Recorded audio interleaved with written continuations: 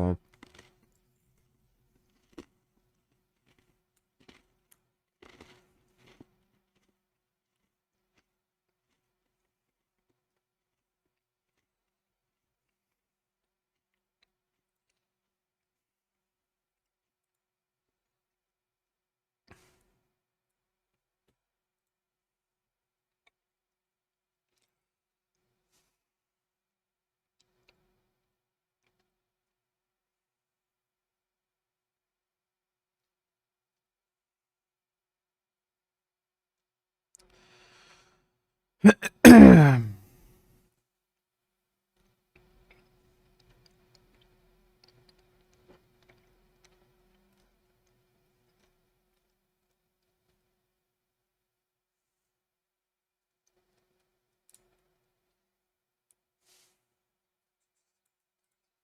Fuck.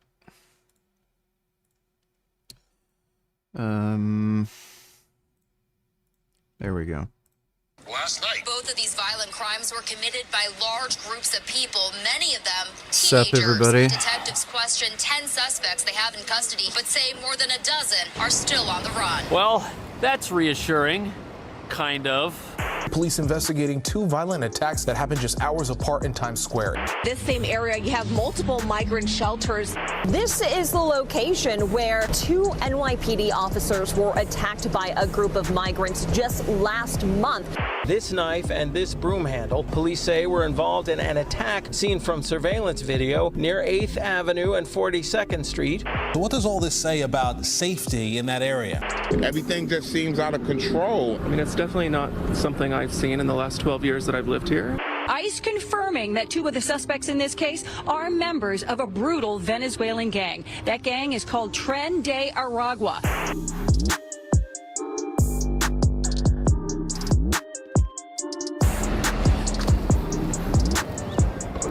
So here we are, just south of Times Square, and right now there's a manhunt going on for 16 different people. And if you add to that 2 outstanding suspects from another incident, that's 18 people who may have done something that the police are looking for.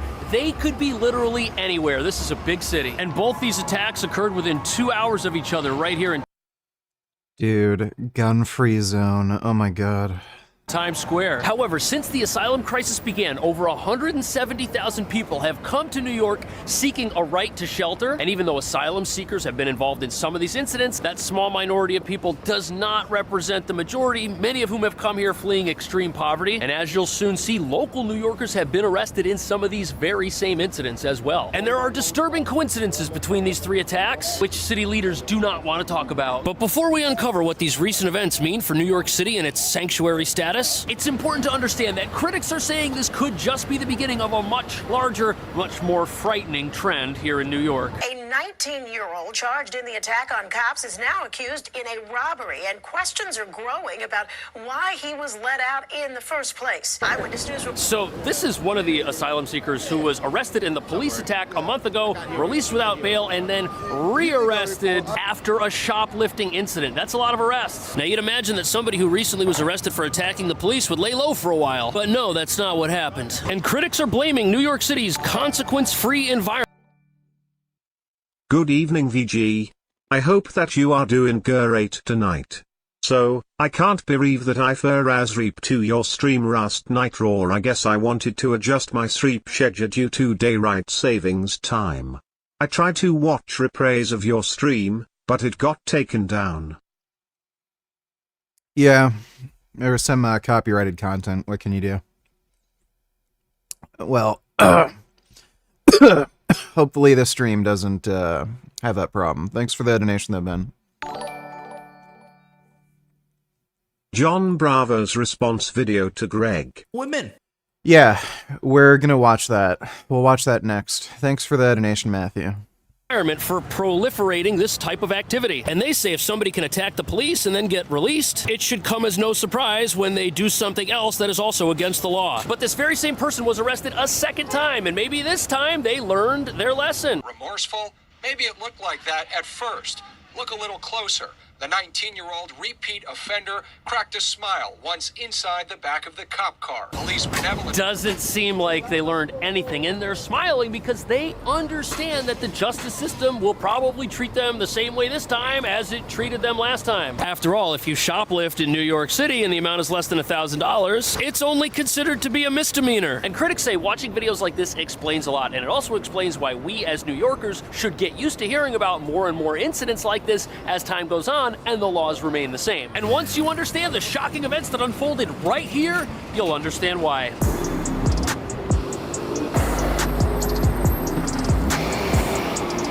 So right behind me is the Candler building. It's one of the shelters for asylum seekers here in the city, and this is the location of the 18-person attack where some of the folks had weapons and one person ended up in the hospital. Now, to be clear, there is no direct connection between this facility and those attacks. But not only is this the location of two recent back-to-back incidents. This is the location where two NYPD officers were attacked by a group of migrants just last month. The Candler building being used as a shelter for migrants right now. So there's a lot here, but what nobody's talking about is that one of those arrested was a 22-year-old from Queens. This individual was arrested and charged with gang assault, and criminal possession of a weapon. And the fact that this group was a mix of individuals could mean that those who wish to commit crime are banding together in ways authorities did not predict. And the scary part...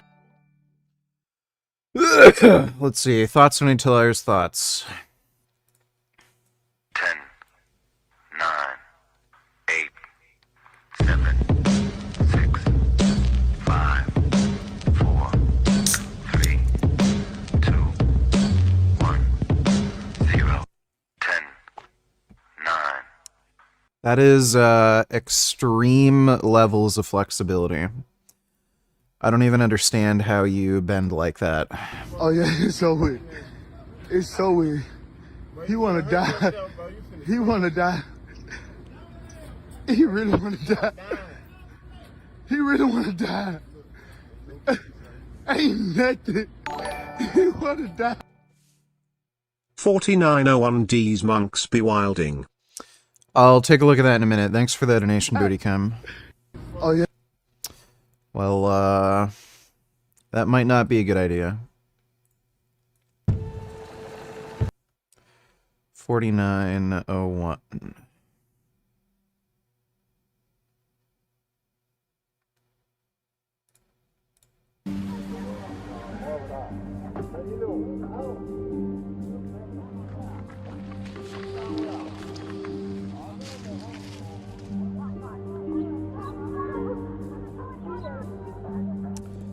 What am I supposed to be looking at here?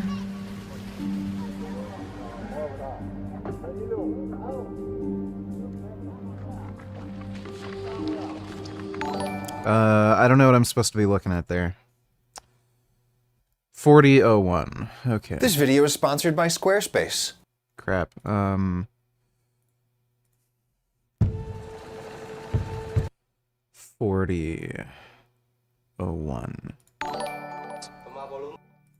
Unashamedly reciting the thesis of his master.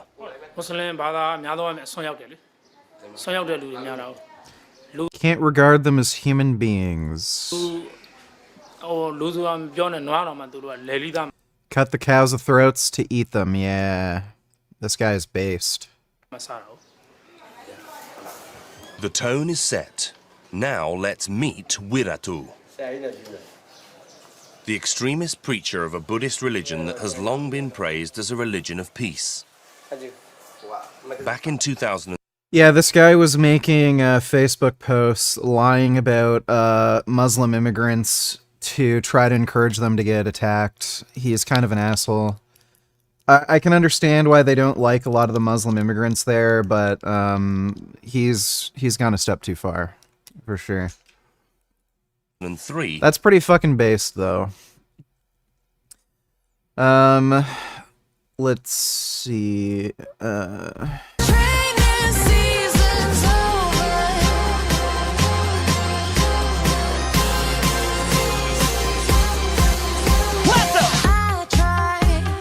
Wrangle, you're a cowboy. You already got one. But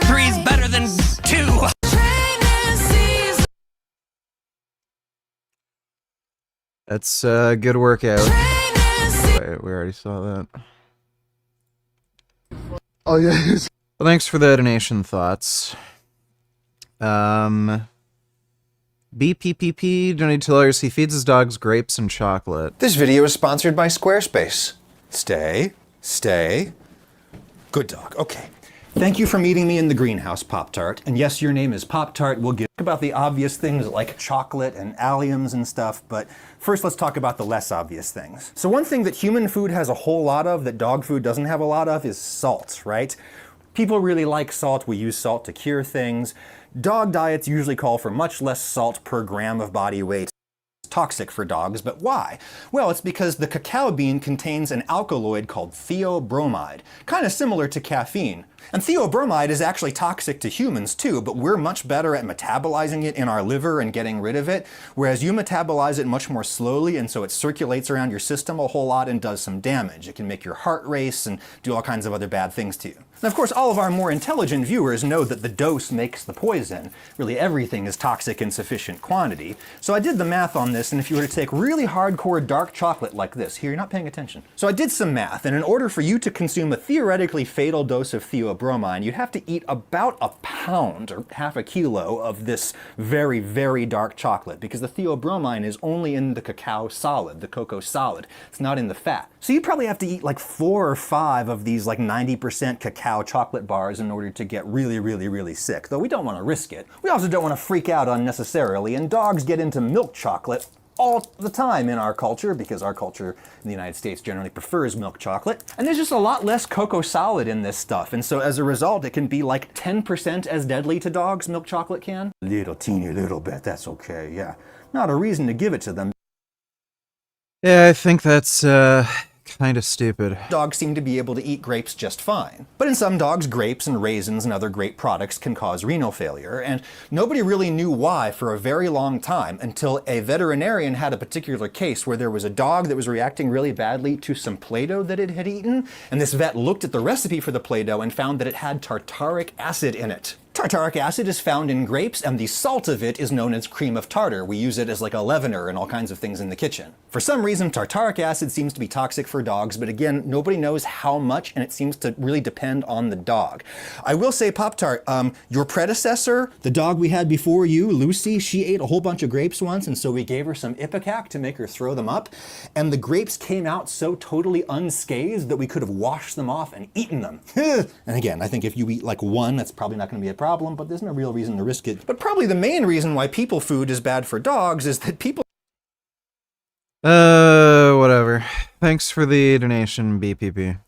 Part of this is that 16 people from the first attack, we'll get to the others, are still out there and have not been caught, even with all the video surveillance footage. This is one of the most surveilled parts of the city. There's literally cameras recording everything pretty much everywhere, but these are only useful after the fact. They don't prevent anything from happening, and they're not even accurate enough to help identify who police should be looking for. And honestly, how much are cameras supposed to do when the criminals know the justice system here is gonna set them free? This is that attack. Police say that as many as 23 people were involved in the attack that happened at 5:30 Thursday evening. So as you can see, this is basically just an uncontrolled mob of individuals running around doing whatever they want. The attack also took place during rush hour near one of the busiest subway stops in the city, and you've got to wonder why there was no police presence here during that time. One would think that the presence of officers would deter crime, but a large gang of people taking over the streets, that's incredibly frightening. Some of the other assailants involved were teenagers, 16 and 14, and at this point there hasn't been a trial. We don't know how involved everyone was, but as minors they'll most likely get light sentences. A 22-year-old and 6 others were taken into custody,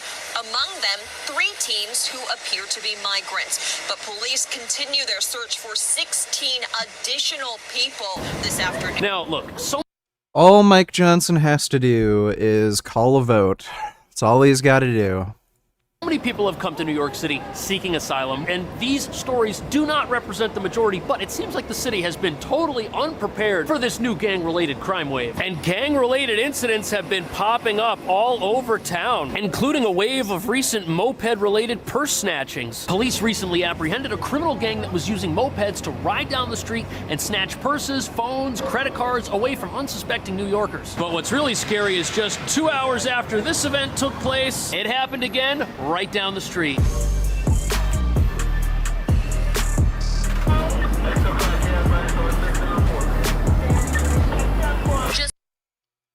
All right, let's look at the Johnny Bravo, Greg Doucette situation. So Greg made a bunch of fucking lies about Johnny Bravo because he's butthurt. Johnny Bravo called him out for being like fucking sugar daddy simp and scamming people with his new testosterone supplement.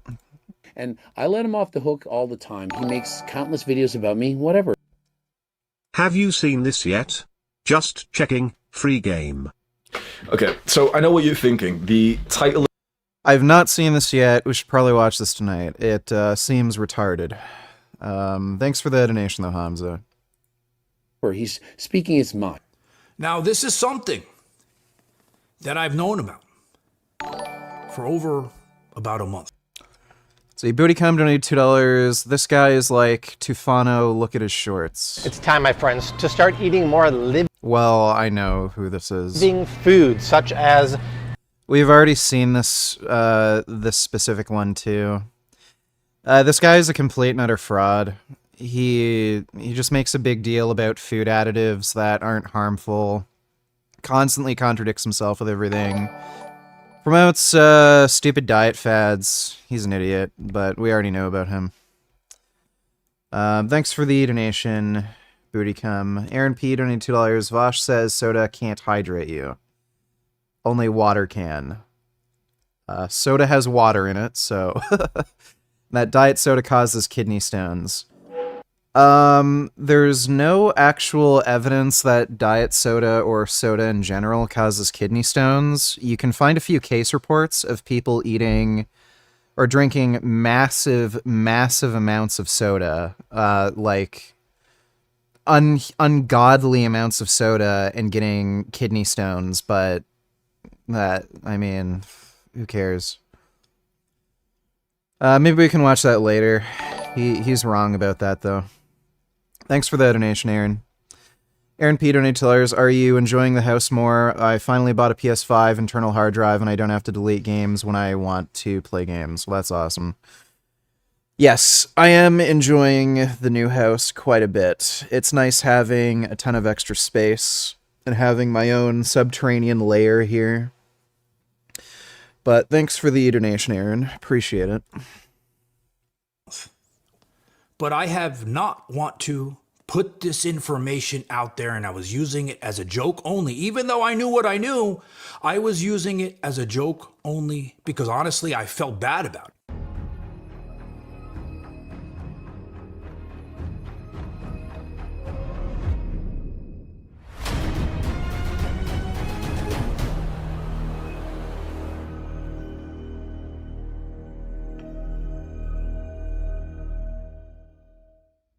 The first thing I want to say is I'm hoping that this is the last video. You have said vegans who don't take the killing predators view aren't vegan. So if that's the case, then you should say you have only been vegan for a few years, not 14 years. BTW try Steam Unlocked, it's super easy and all the games run great. I have not said you're not vegan if you don't support killing carnivorous animals. Have I? I don't think I have.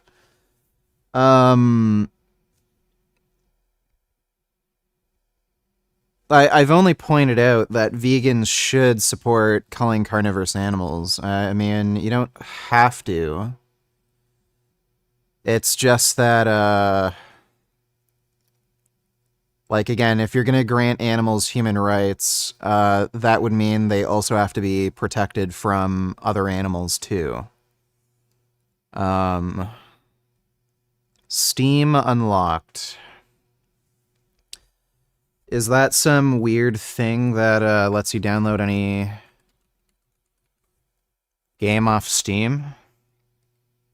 Free Steam games, pre-installed.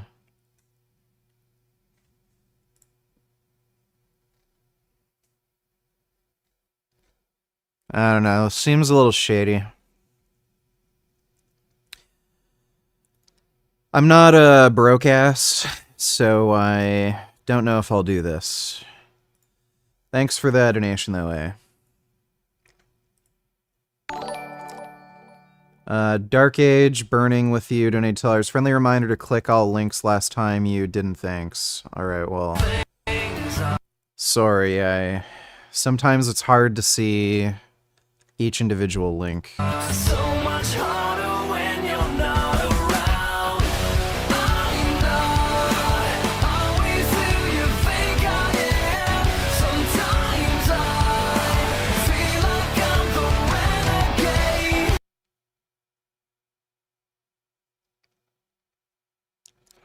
It's too bad you can't shoot these people.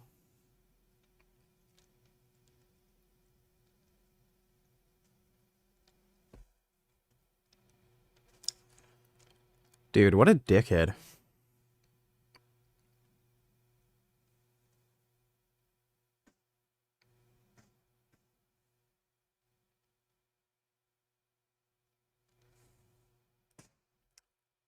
Yeah, what an absolute dickhead. Oh my god.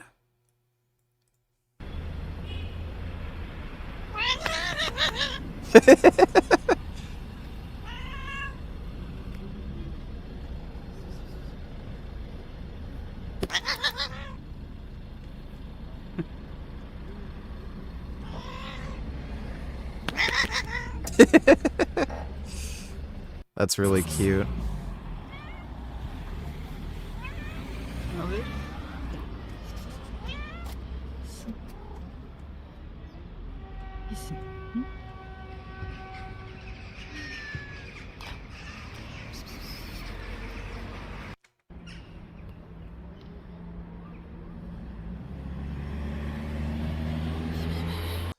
Those seem like some nice kitties. They never caught him. She's a remarkable example of courage and resilience, a college student who is horrific. Jesus. React to this. I shall, Dodo. Just give me a minute. Thanks for the donation, dude. Disfigured when she was doused with acid. As Amber Cagliano reports, the search is on to find who's responsible. A college student is heading home. It is 8:30 at night. Suddenly, out of nowhere, a man comes up behind her. Then he does the unspeakable. He throws a liquid substance into... You know, I'm starting to feel like they should make exceptions for the death penalty with certain crimes, and, like, acid attacks are just one of those crimes. If you attack somebody with acid, I think you should be put to death. I don't know. I think it's just one of those... Like, to me, honestly, it seems worse than murder. Why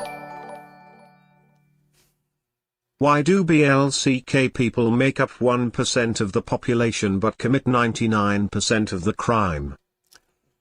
That is not an accurate statistic. So that's just not true. But thanks for the donation, Christy. 21-year-old Nafia Ikram's face. Who would do such a thing? Nafia works part-time as a pharmacy tech and was coming home after a long shift. She was getting out of the car and walking towards the home on Long Island she lives with her parents. You could see in the video the man comes sprinting from this direction and throws acid right on her face. I felt like it was kind of warm juice. It was like room temperature, and it didn't stick to my face right away. It didn't burn right away. So I just thought I had just been pranked. A couple seconds later, I'm walking down the driveway after he did that, and my face starts burning. It was acid, and it Jesus. was eating into her beautiful face and her eyes. Do they know what kind of acid? Well, at least she still has one eye left. And it didn't mess up her face that bad. I've seen some really, really horrific acid attacks. She actually got kind of lucky. Acid? It's like... This just can't get any more relatable with my maggot boomer father. especially since he was an entrepreneur that owned and operated a lawn care company. Lol lol lol lol lol lol lol lol lol. Let me see. My Uber driver was not from America. Is that a problem? Well, I got here in one piece, didn't I? I see you went with electric. Okay. Son, get the f out of the way. Blow her. I hardly know her. All right, son, you got any gloves? No. There's weeds. You know what weeds are a sign of? Liberal tendencies. All right, let's clean this one up. You got a saw? No. Is it too late to put you up for adoption? All right, so I'm going to teach you something about angles. Okay, you see this? You see how it's right here?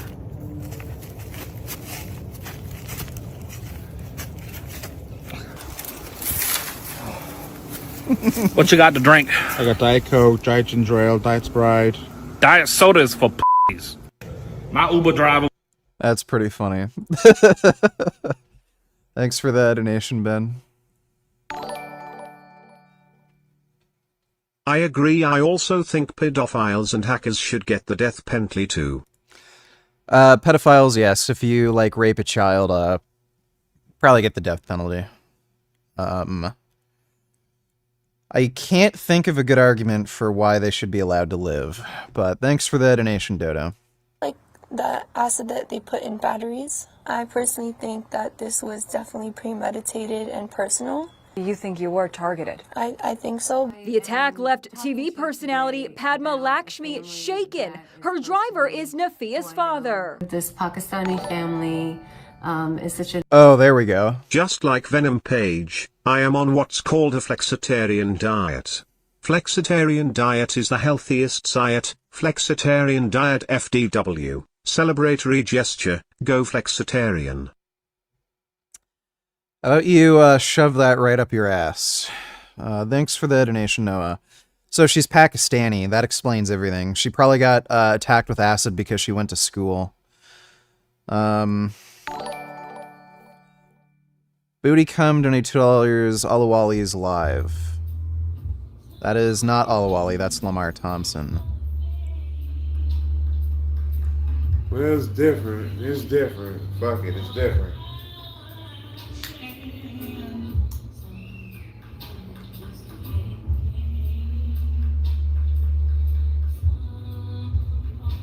Hey,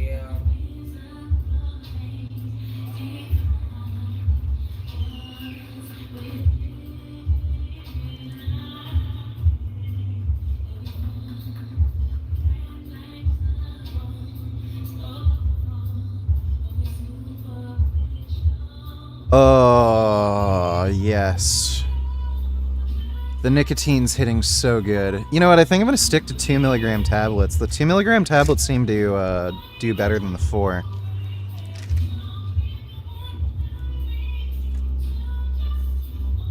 That's crazy.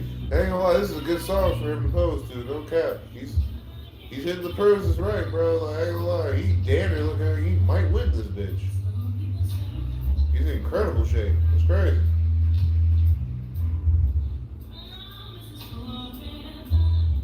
I didn't know you could post any song though. Dude. Why Pugman is so weird. He's literally the only person in Lamar's chat. And he's a moderator.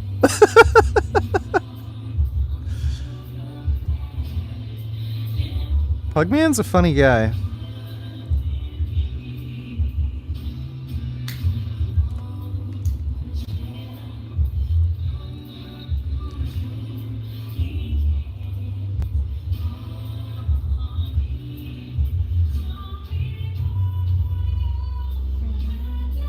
That's fucking crazy. I did 315 for 9 reps on bench. Almost got 10, but failed on the last rep. 405 coming soon. At Bobby Pug, I keep seeing you all over the place with other people's channels. Thanks, VG, man. Good to see you, dude. And I'm happy to see you lifting weights, man. Good, man. I already know that 405's coming faster than ever, boy. Faster than ever. Hey, bro, I support you, VG. That's all I can say. I spoke up for you. Alright, well, looks like he's having fun smoking. Some nice pajamas.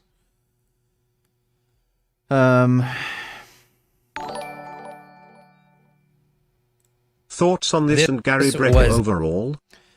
Gary Brecker is a grifter and a fraud. The guy is literally scamming everybody so he can sell overpriced products and services. But he is a massive, massive grifter.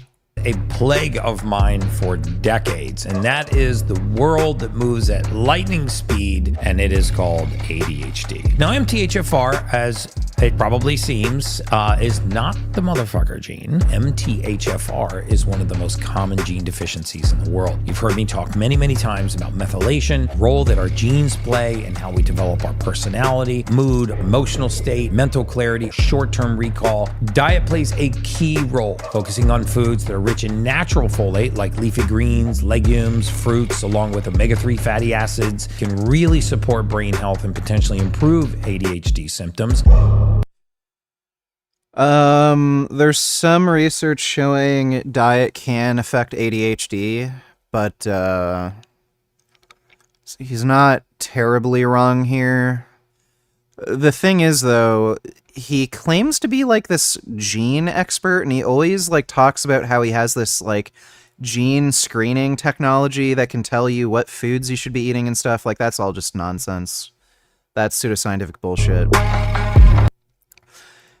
He's not totally wrong there with ADHD being treated with diet, but yeah, it's debatable how much you can actually treat ADHD with diet.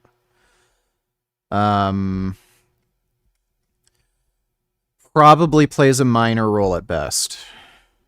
Thanks for the donation, though, Tool. You forgive non-vegans for their previous acts if they turn vegan. 'Cause you say, they didn't know it was wrong. You don't have this attitude with murderers or rapists. What if they didn't know? If the murderer or rapist didn't know their actions are wrong? So there are people there. I don't think there's anybody who doesn't recognize murder or rape being wrong. I guess maybe it's possible. There's certainly some murderers who feel they're justified. The issue with the animal products industry, like that whole thing where I would say, if somebody's indoctrinated into a culture where they think this is normal and they're not directly causing these animal murders, I would give them one chance, or after I explain to them why it's wrong to kill animals, if they say, oh, well, I didn't realize, then they go vegan, I don't think they should be criminally prosecuted or anything, but if they still do this cope bullshit, like, oh, but meat tastes good, and it's what I grew up eating, that kind of crap, then yeah, kill them. But I don't think you can reasonably expect anybody who's a rapist or a murderer to actually think what they're doing is justified or okay, not wrong. And even if that were the case, if you could find somebody who's a murderer or a rapist who didn't realize what they're doing is wrong, they're still a danger to society. They should still be locked up. Same with non-vegans. Like, if they're not mentally competent to understand what they're doing is wrong, they should still be locked up. Thanks for the donation, though, A.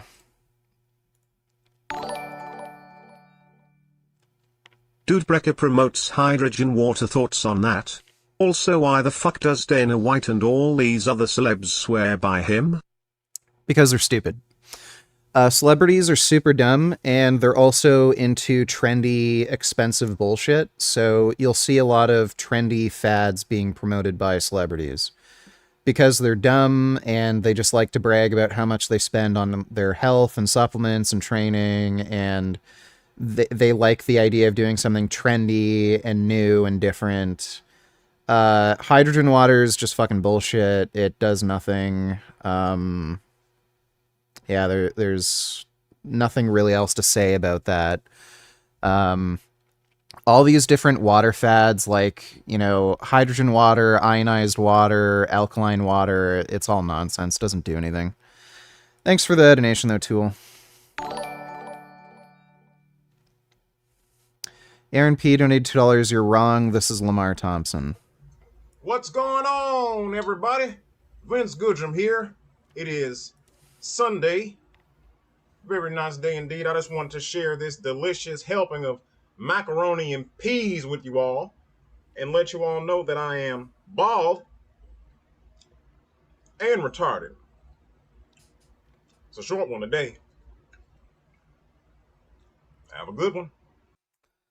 Okay, well, thank you for clarifying that, Aaron. Appreciate the donation. A nice family. I've known them for over a decade. They don't even know if she'll be able to see properly ever again because she had contacts in and the acid burned and melted the contacts into her eyes. Neighbors told police in Nassau Jesus. County, New York, they saw 3 men sitting in this red car outside Nafia's house before the attack. She believes it was personal. Do you know who did this? We do not know who did this yet, but we will find out who did this. Nafia faces a long road of recovery, and she says she is actually grateful because it could have been worse. I'll get through it.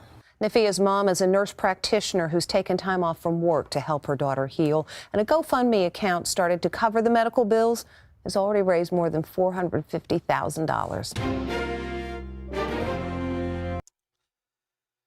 That is fucked up. I'm gonna assume because she's Pakistani, she got attacked with acid because she's going to school. Or, I don't know, maybe she kissed a boy or something. I have to do on Greg Doucette on a personal level. But I realize after doing this, and I've been on and off doing this more the past year, after doing this for almost 10 years, I realize that sometimes people aren't gonna like the things you say and the things you do, because the biggest part of this channel is that when these guys in the fitness industry, mostly, I covered other sports, but mostly in the fitness industry, when they do dumb shit, unethical shit, things that are wrong, I make videos about them. Dude, what the fuck? How does this guy sleep at night? Do you think he gives a fuck? So seed oils often contain harmful additives. They're processed with hexane. Nobody knows the actual safe dose of hexane. There is an LD50 for hexane, but nobody actually knows what... You forgot about this. Okay, sorry, Dodo. I'll look at that link in just a second. Thanks for the donation, man. There's recommended levels of hexane for food, but those recommended levels may be way lower than what's actually safe to have in food. You're never going to see any food product that has over the safe recommended levels of hexane. And again, you can find hexane-containing foods. So seed oils, different soy products are processed with hexane. Protein powders can have hexane in it. None of these foods are associated with long-term health problems or early mortality. So if you're going to say, well, you should avoid these foods due to hexane, 1, none of them have over the recommended safe levels of hexane. 2, nobody even knows what safe levels of hexane technically are. And again, 3, these foods, like, they're not associated with chronic disease or anything, so, like, why would you care? Chemicals, they're heated to industrial high temperatures, which turns them rancid. They sometimes are even degummed or deodorized with sodium hydroxide, a known carcinogen, hexane. Here we go. Yeah, okay, so show me the link between seed oils and cancer. You can't. Which is a known neurotoxin, heated to make them rancid, and they're often derived from GMO or genetically modified crops. Oh, GMO! Oh, who cares? Industrial seed oils are repeatedly heated. These toxic byproducts. Doesn't matter, they're still good for you. Like, every every fucking randomized trial and prospective cohort you can find where people are eating more seed oils, they're better off health-wise. So these seed oils are perfectly safe. They're good for you, even when they're heated to high temperatures. So like with deep frying, still they're good for you. Are created and they become trans and hydrogenated fats, and they release oxidizing free radicals into our system. So Cool story, dude. None of that's true, so go fuck yourself. Gary Breck is a moron, dude. Let me see, Dodo. We find the defendant, Hannah Gutierrez. Oh yeah, shit, sorry, that video. We'll okay, we'll watch that. The Only Path donated $2. Some of these reactions are great.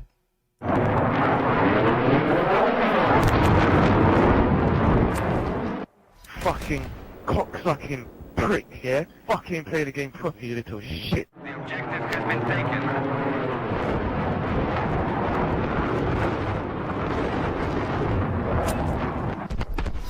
You have got to be kidding me! If I could get a hold of you, you son of a bitch, I'd bash your fucking head in the wall!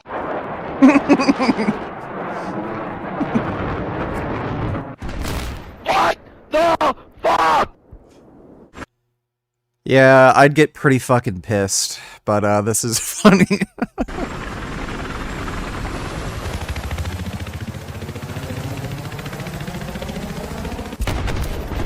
You stupid prick! C4's placed.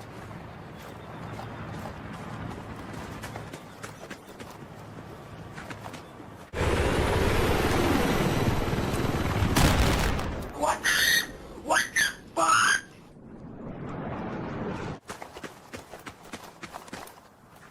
Be aware, laying down some C4.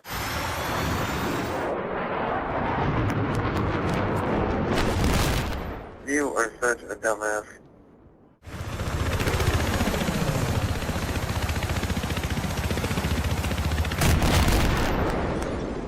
What a fucking cocksucker.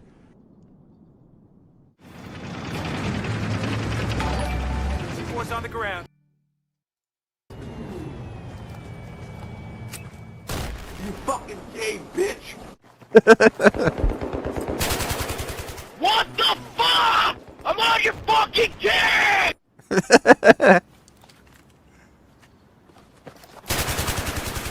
Oh my god!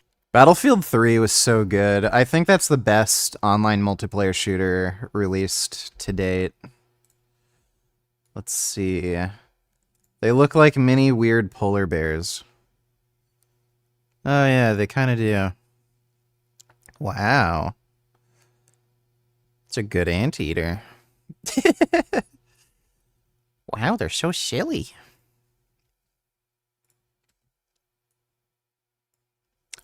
Oh my god. Look at that chonko. Wow, what a beautiful goat. So chunky and so beautiful. That's amazing.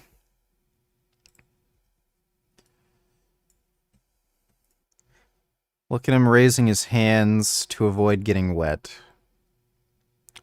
Oh, that's so cute. I like seals.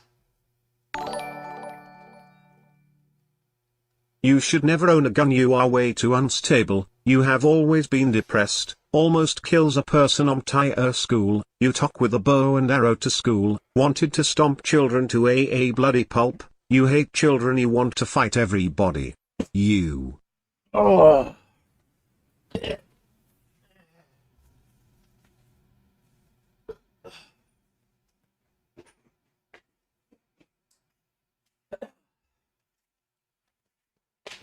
Oh. Well, too late. All right. Think I shouldn't own any guns? Too late. Got my Mac 11 right here, and I got my 38 revolver right here. So too late. Thanks for the donation, TT.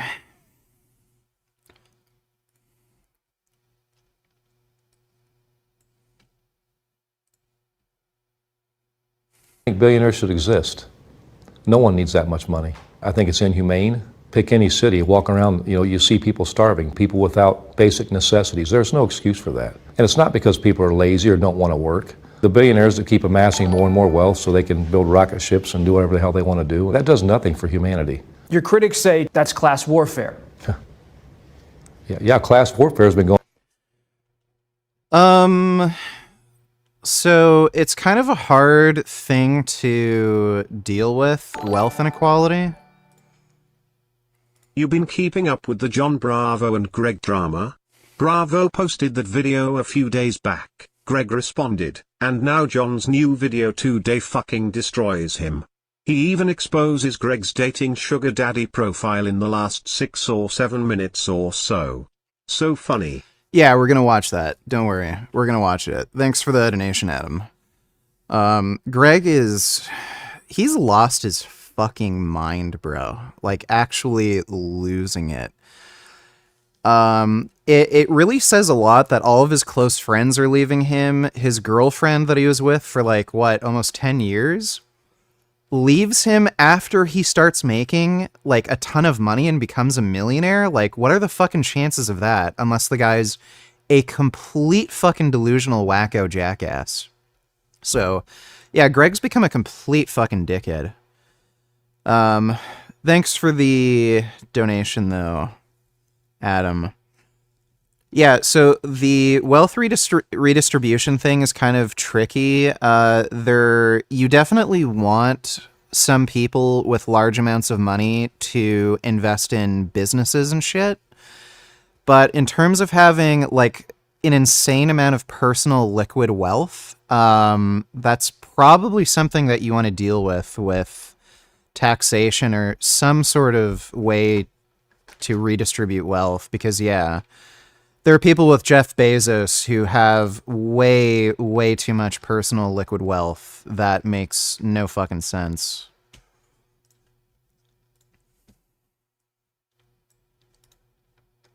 Like coming back to their consciousness, sir. Did you poison the food supply? Yes, sir. There's no mineral left in the soil. Are you feeding them negativity on the news? Yes, sir. War and death. Social media. Yes, sir. Gender wars. Damn. Racism. It's not enough. They keep coming back. What do we do? We need to lower their immune systems. I thought we did that already with the virus, sir. What else can we do? More poison. We'll put more poison in the crop field. We used all the poison. We'll poison the animals. The animals. And then tell them to eat the animals. This is why you're our leader, sir. Put the poison in the animals. Train doctors to not address the cause. I see where you're going. But only the symptom. So they'll get treated forever and eventually die. And we still get the money! Sir, what about the people that have found cures for these diseases and are trying to help other people cure these diseases? We'll make it punishable by law to say you can cure disease. What about the people that know the truth about COVID? Punishable by law to spread misinformation about COVID. But sir, that's free speech. We can't pass a law like that. We'll pay social media to take down people that even say the word. People are. I don't know if this is supposed to be ironic or this guy is genuinely being serious. If he's being serious, that's kind of frightening. Bend over, donated $2. MAGA T movement has infiltrated overseas. This ain't Texas. Ain't no hold'em.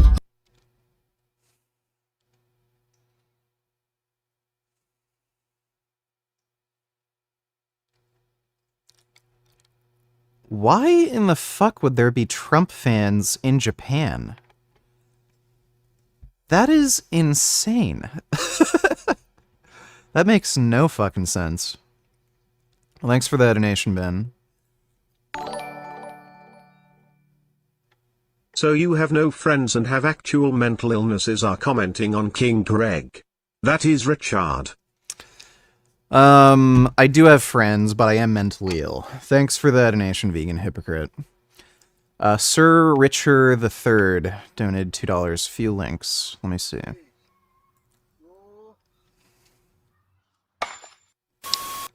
Well, that is stupid. Oh, that is stupid.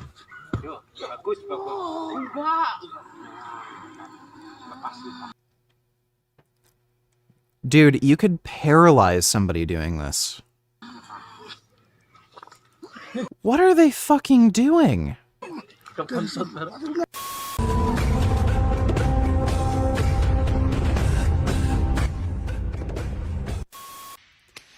Oh my god, this is stupid.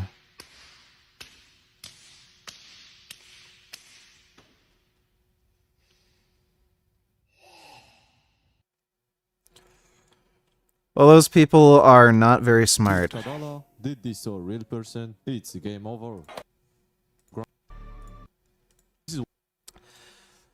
That is pretty retarded. Hey babe, how that peach cobbler tasting? It's alright. I had better at the school cafeteria.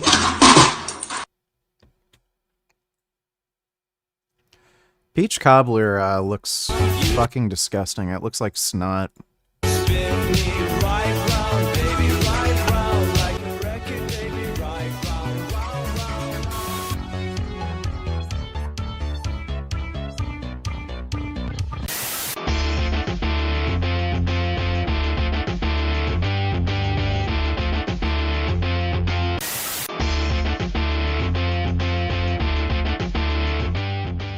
Helicopter, helicopter.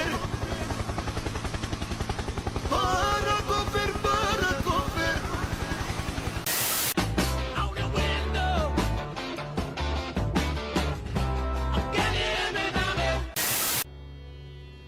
Oh, this guy. This guy's great. He has his own YouTube channel.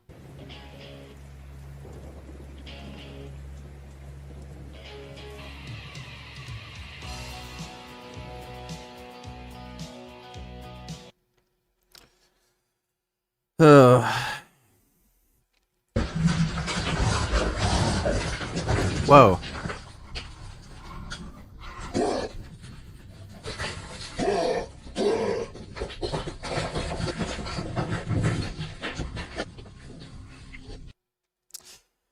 Well, that was close.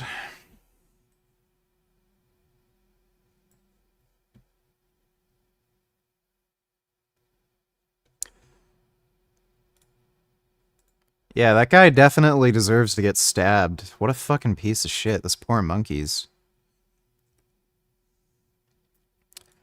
Jeez, that's awful.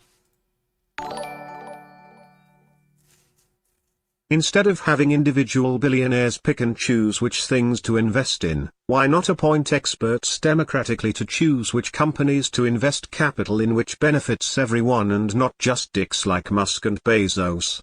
What you think? I don't think that would end up working.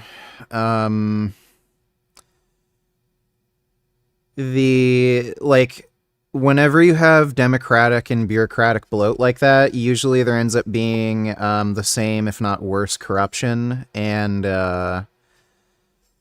you end up having shit just getting invested even more poorly. Like, similar things have happened in, like, the Soviet Union. So, I don't think that really works. You're probably better off just taxing people with personal liquid wealth and letting them invest in ways that they want. Thanks for the donation, though, Adam. We find the defendant, Hannah Gutierrez, guilty of involuntary manslaughter as charged in count 1. We find the defendant, Hannah Gutierrez, not guilty of tampering with evidence as charged in count 2. All right, thank you. You may be seated. Let me get those forms. Well, she's fucked. I wonder what the sentencing's gonna be. She's probably gonna get like 5 years. After deliberating for just under 2 hours, the jury had... Yeah, it was an open shut case. She was the armorer, so there's not really any argument to be made that she wasn't responsible. Had handed down a guilty verdict to the Rust Films armorer, Hannah Gutierrez Reed, for involuntary manslaughter. Now, if this is the first time you're hearing about this story, you must be wondering, what is this about?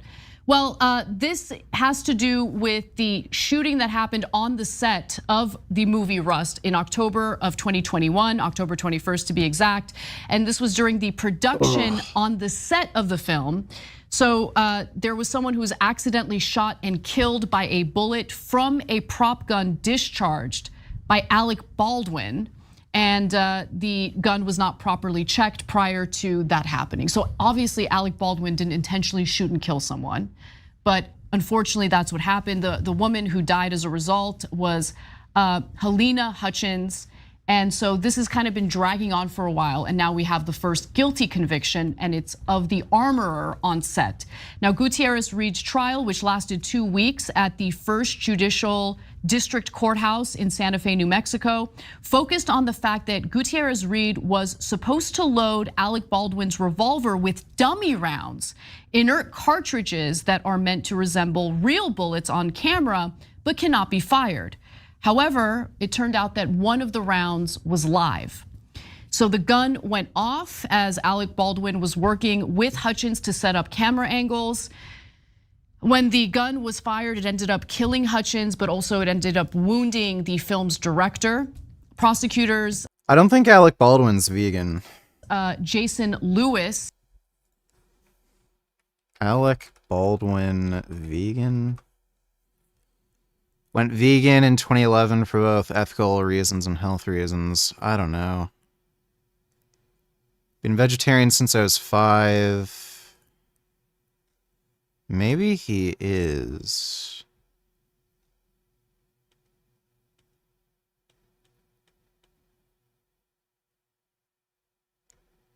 Maybe he is. I didn't know that about him.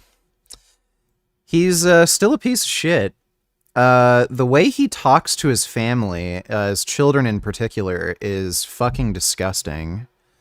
That phone call that ended up getting leaked between him and his daughter was fucked up. And he's a fucking massive anti-firearms cuck. He calls gun owners psychopaths and shit.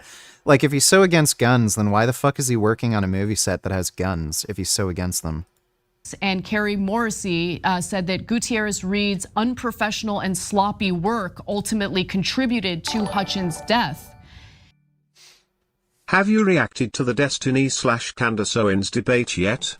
Destiny just posted a bit of an expose on her showing her lies about her college funding. Check it out, babe. Not sure why no one has dug into this before, but you are 100% lying about your past. Either your family was far more wealthy than you let on, or you're lying about the amount of debt you had. This fact pattern is not possible.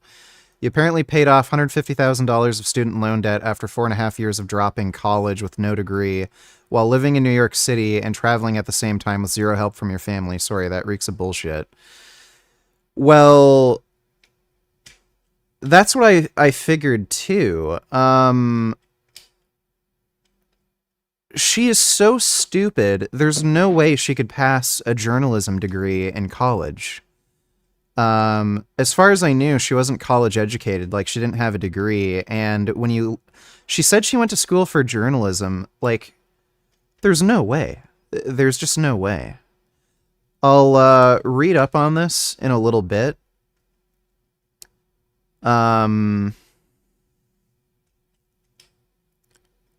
Didn't know you could default on student loans either. Okay, that sounds interesting. We'll read up on that after we react to this and Greg. Thanks for that donation, Prismo. And so prosecutors accused Gutierrez-Reed of bringing... Let me see if Destiny is live right now, if he's on Discord. Because what's funny is there's a guy claiming to be Candace Owens' brother who also lied about his education. He was at some, like, city hall meeting, and he claimed he was a doctor. He had, like, 2 doctorate degrees, and he didn't. And he also runs a conservative podcast, sort of like Candace Owens does. So the lying and bullshit might run in her family. Thanks for that donation, though, Prismo. The live rounds on set, showing the jury a photograph of her with what they said were the live rounds early in the filming before a key shipment from the film's main ammunition supplier. The film's firearm.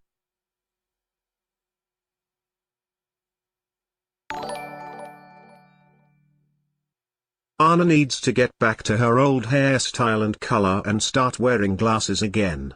The blonde, tight hair up look makes her look washed out. This is peak Anna to me. So as you guys know, Anna and I host the Young Turks, but the Young Turks isn't the only thing on the TYT network. It's actually in 2009. Subscribers. For instance, he interviews a lot of network, and he's been great. He's living the dream. I don't know if the glasses work for her, but I am more of a fan of brunette hairstyles, for sure. Thanks for the donation, Adam. Firearms and ammunition supplier Seth Kenny had denied providing any live rounds in his testimony on Monday of this week, explaining he personally cleaned and repackaged the dummy rounds. He did have live ammunition at his business, but he didn't bring that onto the set. But it was also labeled at his business as such and stored for a different production. Now, the prosecutors argued that Gutierrez-Reed had exhibited a pattern of negligence on the Rust set, calling crew members to the stand who criticized her conduct. They testified that she had left her prop cart, where she kept weapons and ammunition, in disarray, and had sometimes failed to take weapons away from actors immediately after a scene finished filming, which is what she's supposed to do. Her defense team. So many of the mistakes she made were so fucking retarded. Like, I'm not a firearms expert or an armor or anything, but I could do a better job than she did. Guaranteed. Argued otherwise, describing that she's being used as a scapegoat and that the set was high stress. Gutierrez-Reed had denied being the source of the live ammunition, and her legal team has defended her as being a young armorer whose authority was undercut by producers who sought to minimize costs, rushing the crew and overburdening. Aaron P. donated $2. Check it out. Skim through. She has a meltdown. My dad went to prison, and I'm streaming to keep from going insane. Thorpe TV. He always said he this because it doesn't make any sense. Down. Good for my brother John to be out. It's not true, but I give them the space to do it because because I'm a kid. He would say that, hey, Grace, this is good content. Like, yeah, keep it up. Like, this is funny. Like, sure, it's controversial, like all that. He'll say like, okay, if you're that. He just exploded. Yeah, this was right, and I do feel bad a little bit. I'm sorry, I've gone at you before. A commissary or something. Did he go with his wallet or anything? We just got to 600. That's good. No, I just mean I don't. Yes. Yes, I have heard of emotional incest. Yeah, she says that all the time. Jeez. Yeah, I think that he's in the other.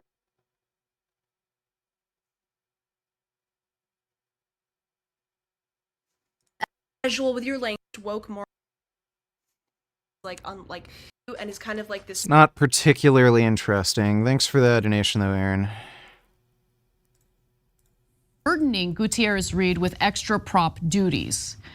So there's also there were some allegations involving substance abuse, which I'll get to in just a moment. But Cenk, I wanted to pause to give you an opportunity to weigh in. Yeah, so none of these arguments are persuasive at all. I think I probably would have given her more time, to be honest. So well, we haven't talked about how much time she's getting. So we'll get to that in a sec. So they said she's the least powerful person on set, and it's the powerful people beating nonsense. Pushing off the responsibility onto the powerless. Now that's an argument that is music to my ears normally, but you know what the difference is? It has to be true. And in this case, it isn't true because it was her job to load the gun. So how does it make any sense to talk about her power or lack of power? Well, they say it's management's fault because they overloaded her. Alleged in court filings that the armorer was possibly hungover while loading the gun and tampered with evidence by handing drugs to someone else. Rebecca Smith, a food services crew member, said in court on Monday that Gutierrez-Reed asked her to hold a baggie with a white substance, Kenny, in which Zachary claimed Gutierrez. Okay, I don't know what the sentencing is. Let me look that up. Hannah Gutierrez sentencing.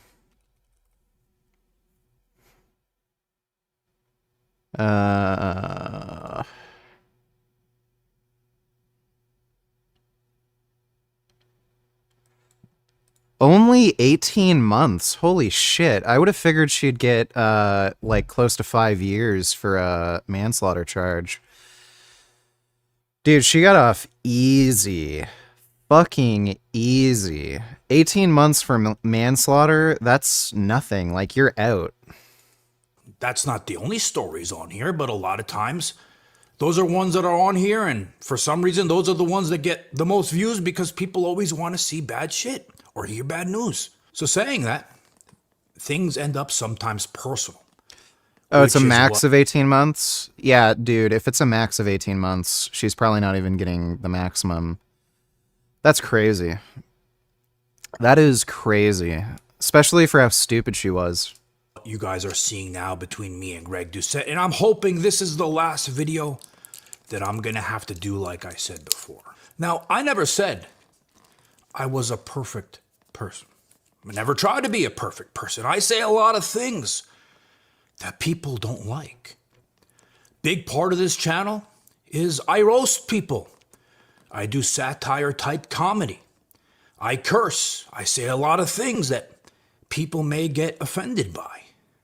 And if you do, I don't suggest you watch my channel. This is not the right channel for you. Maybe you should go watch the Disney Channel or some educational content, but that's not what you're gonna.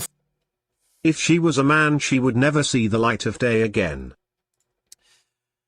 I don't know about that. What's the max for, max sentence manslaughter? It was in California, right? The state of California, punishment meted out for voluntary manslaughter is anywhere from 3 to 11, with involuntary manslaughter can average from 2 to 4. Maybe? I don't know, though. Usually women do get off easier. They may have shown her a little bit of leniency because she's a woman, maybe. But I don't know. Thanks for the donation, Dodo. Find here, and I'm not going to change who I am because some people may get offended by it. Now, remember when Greg Doucette, he came out with his testosterone product again, and he searched the entire globe for a place where he can find genuine testosterone because he believes this product is the best thing in the world, which maybe it is, but we haven't seen it yet, right? I give him the benefit of the doubt. We don't know, right? So he searched the entire globe, and he found it in a country called Uzbekistan. Now, because he's pissed off at me, right? He wants to do this whole big expose on me to justify. Well, dude, by the way, I made a video exposing his testosterone supplement, and I went way harder on him than Johnny Bravo, and I mentioned that he's also basically hooking up with, women of the night, quote unquote.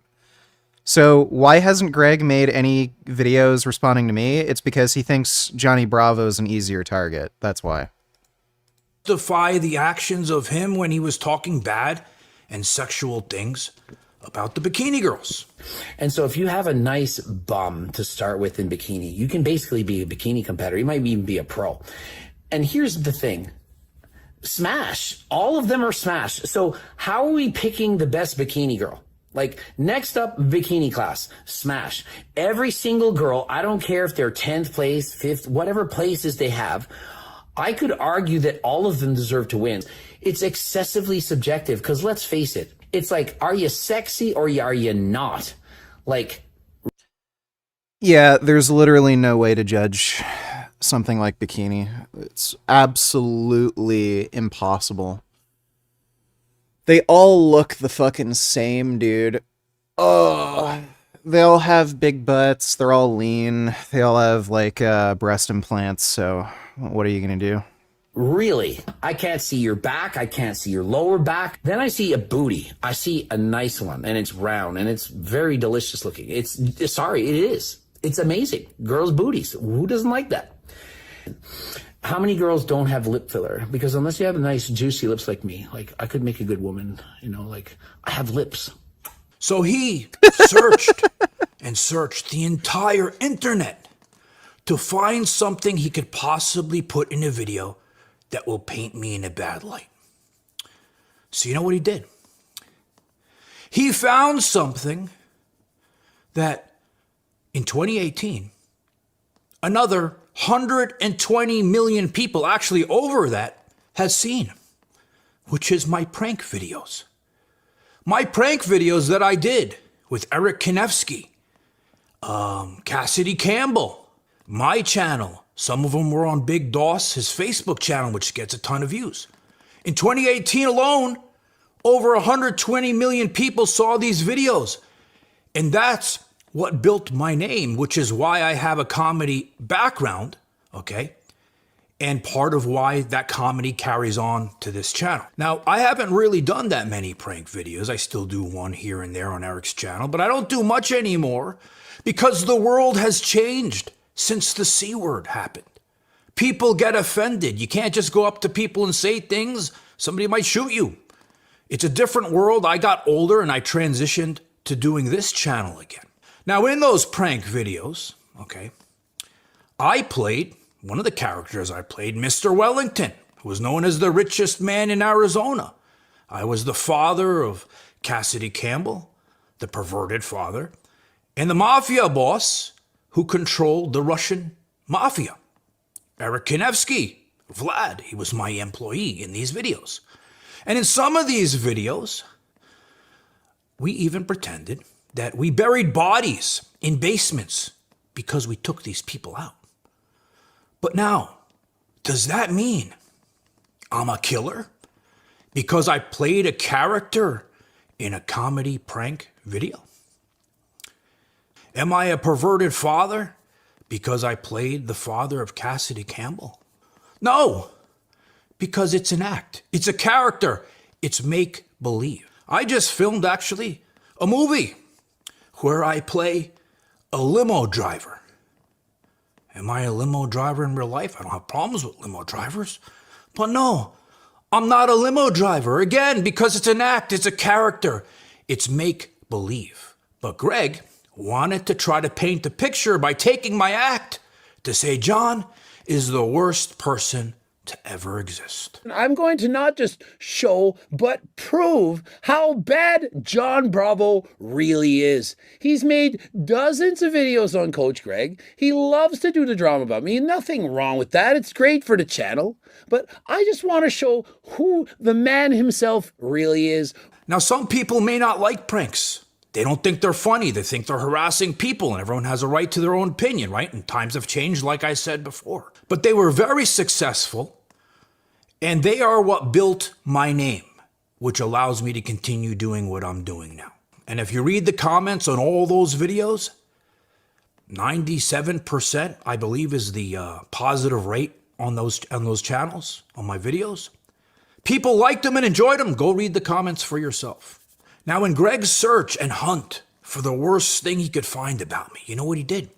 He found a prank, one prank that I did, pretending to be an Arab. But guys, remember, I am Arab, 100% Arab. So if I want to play a character as an Arab, it's not racist because I'm Arab, right? So I played an Arab character where I go around and I'm looking for a sharmuta. And you guys know that word? I use that word all the time on this channel. I call girls that all the time.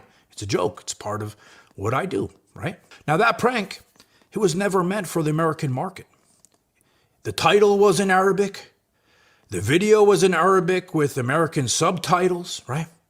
It was meant for the Middle East because the type of comedy in it, I never expected American people to understand the joke. And the whole thing is to do it so it's a joke, right? But it was never meant for the American people, which is why it was designed that way.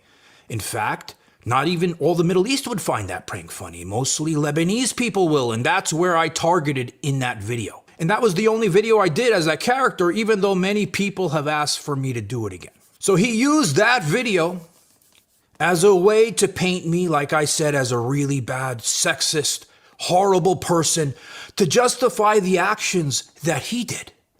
But you know what the big difference is? Mine was an act, a character played in a video that was meant to be comedy. Wait till you see all the horrendous things he said. Like, what's hilarious too is it's obviously a skit. He's obviously playing a character. I don't know why Greg thought he could, pull one over on people.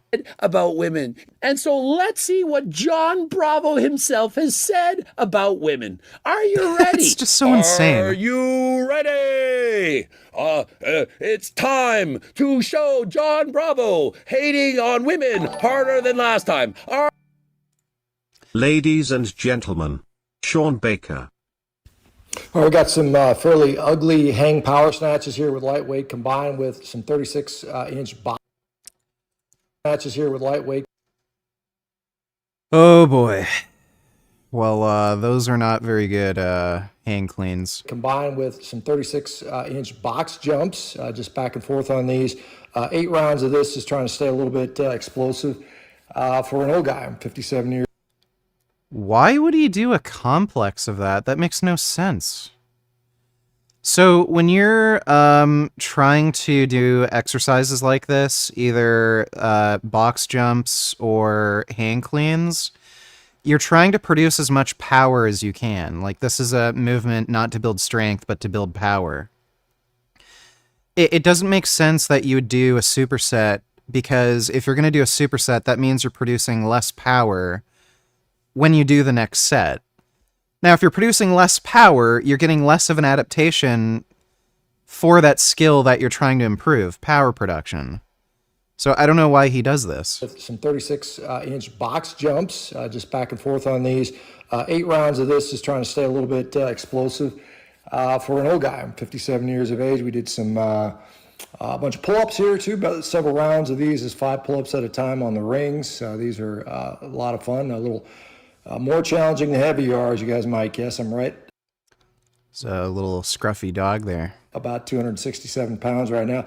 Also followed by sets of ring push-ups. Again, Maximus was supervising the whole workout again and providing just great encouragement. So that was very nice to see. So anyway, and then finished out with a little bit. I hadn't done these in quite a while. Just some what's called skin the cat. So basically a little shoulder mobility. So just kind of hanging upside down, coming all the way around through the shoulder range of motion and then back through. And like I said, I'm weighing right now about 267 pounds at 57 years of age and still hanging strong, carnivore style.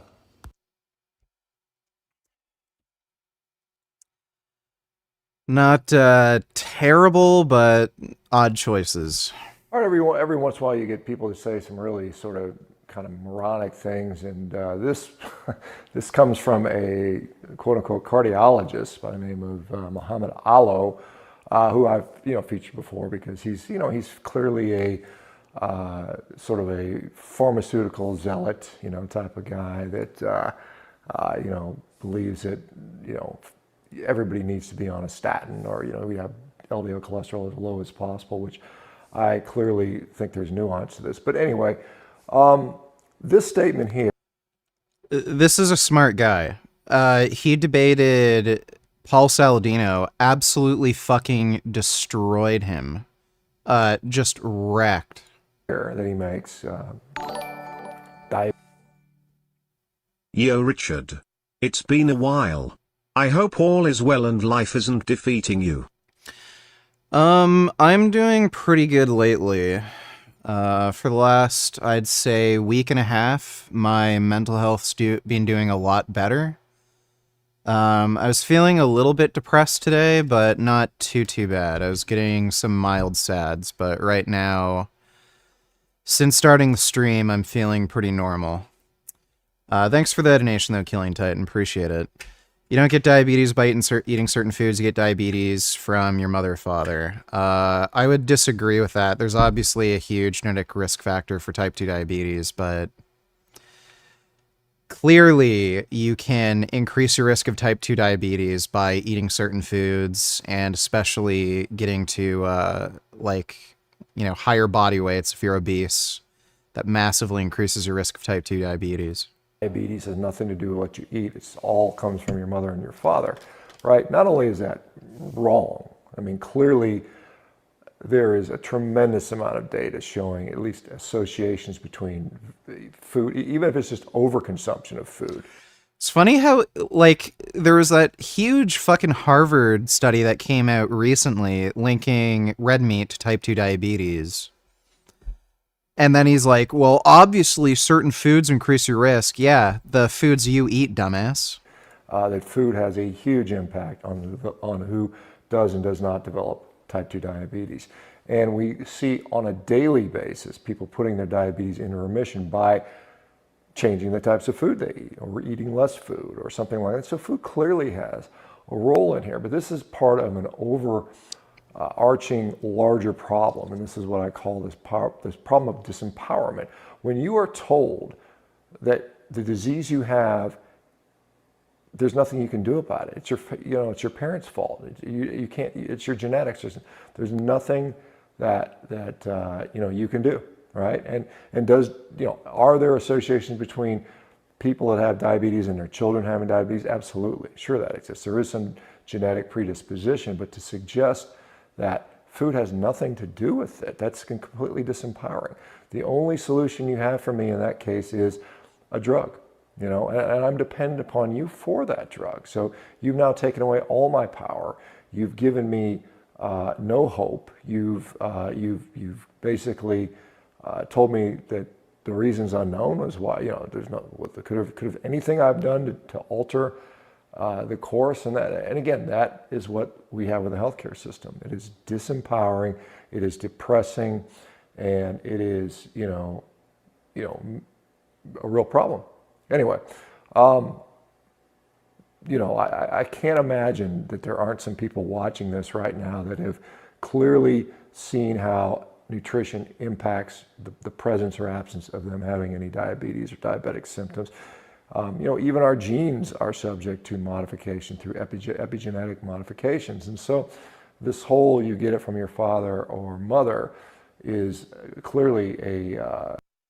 So Shawn's more right than that Dr. Allo dude here, but the ironic thing is Shawn's eating a diet that would clearly increase diabetes risk. Thanks for the donation though, Grand Dam. Are you ready? Buena هديك الشرموطة وينها؟ Woman, American Sharmuta. Where is that? Quote, or. He's pranking people. He's trying to be funny, but imagine what that does to you.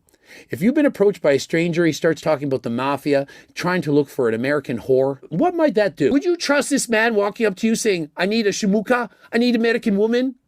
I think Greg doesn't understand the point of a prank. I'm looking for an American rhymes with a bore to have sex with? How dare you, John Bravo? And then you have the audacity, the nerve to criticize my comments. You're a simp. Isn't it a little bit hypocritical for John Bravo to criticize me what I said about bikini competitors when he's doing this? Which is worse? What he did was real life, pretending to be a judge, which we didn't know he wasn't, and sexualizing women in the IFBB bikini division. And like I said...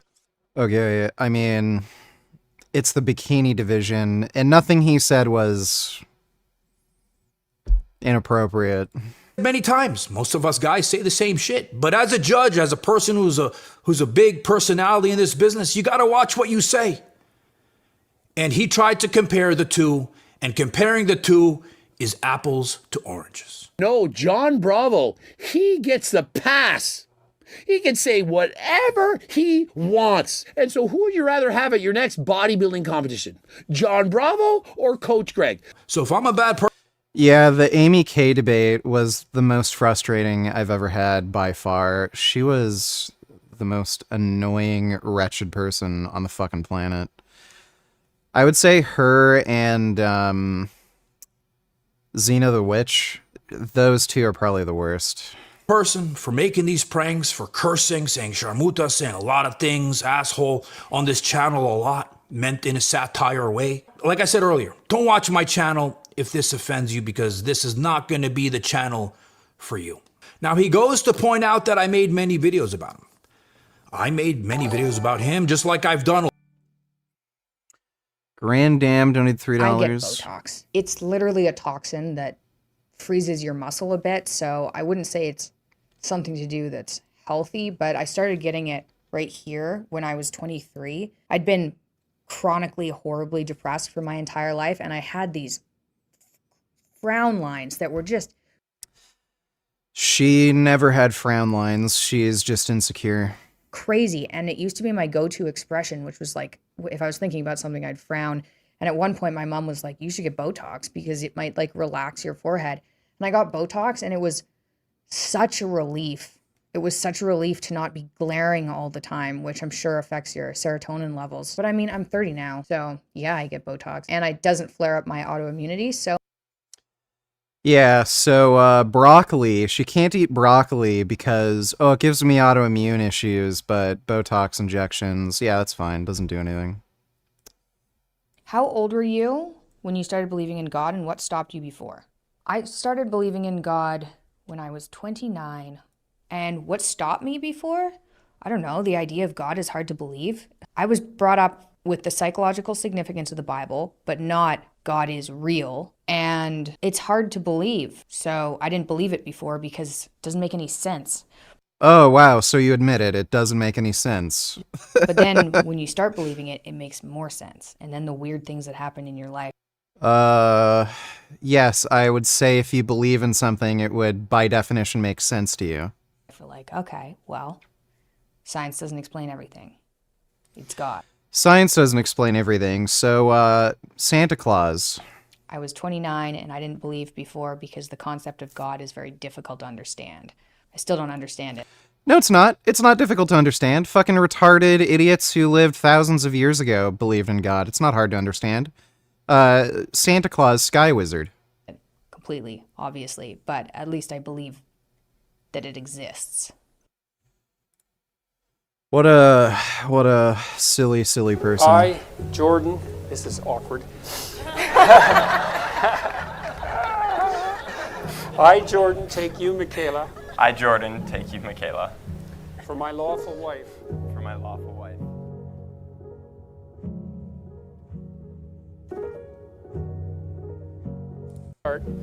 You've got a supportive family on both sides. That's a big deal.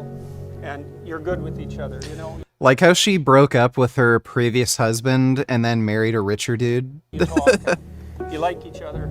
And so that's good. Yeah, well, it's one thing to be in love, you know? And it's another thing to be attracted to each other, but to like each other, that's even better. If you can have all three, hey, that's a bonus.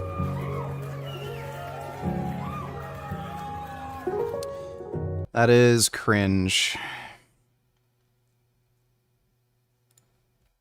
Okay, so this carnivore literally just had steak all day long, I think with some butter, some salt, maybe a bit of cheese in there, and then maybe some milk.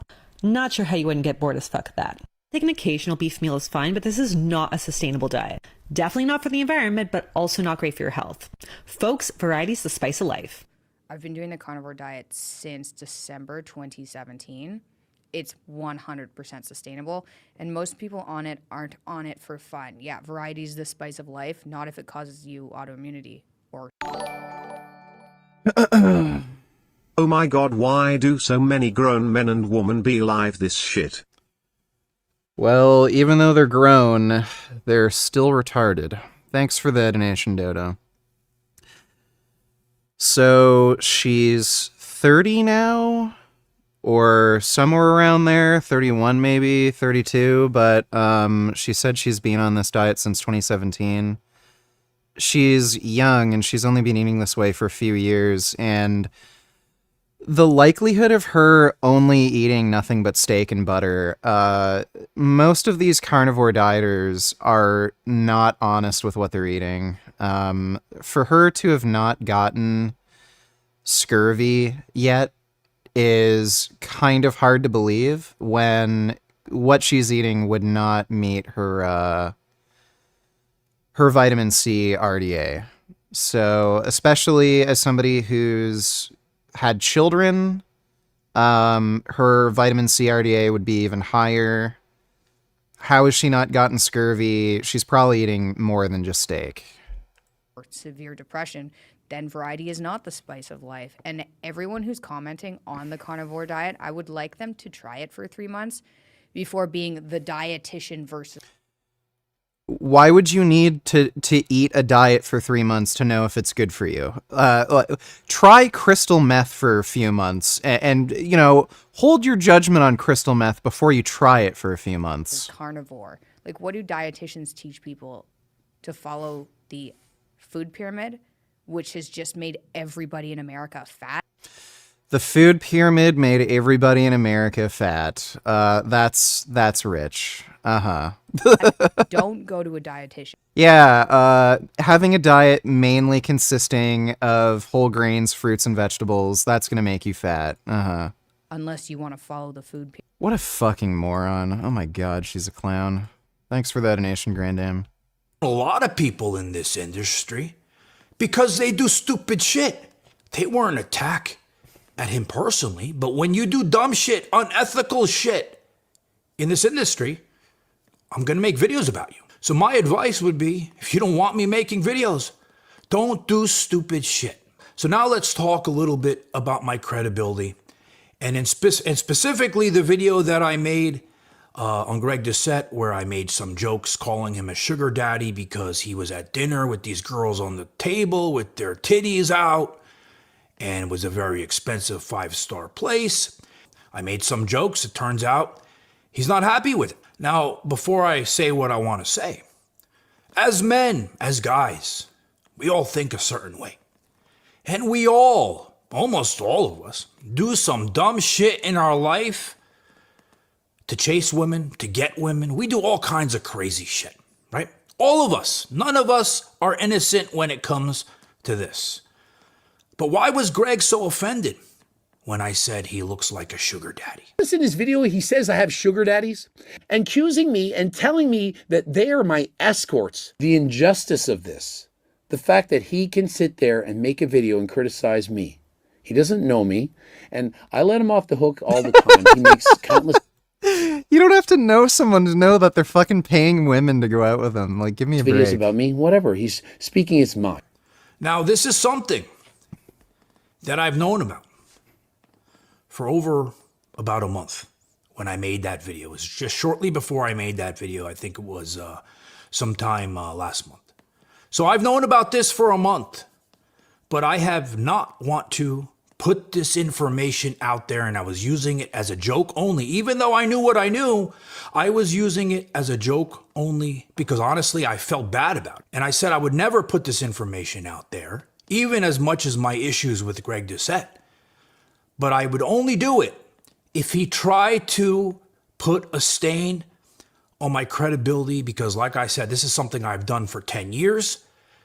I am known for being credible, and I'm not going to let anybody bully me or try to take away my credibility in the eyes of the people that are watching the channel. Saying that, he hasn't stopped talking about me on his Instagram stories, on his YouTube page as well. And he hasn't stopped talking about me specifically, saying I'm a liar about a lot of things. It's rare that I meet someone as narcissistic as this John guy. It's That is projection on the highest level. Greg is guaranteed a fucking narcissist. absolutely amazing. Keep it going. I'm that famous for you. You love me so much that you have to do videos about me. And you can't even get them right.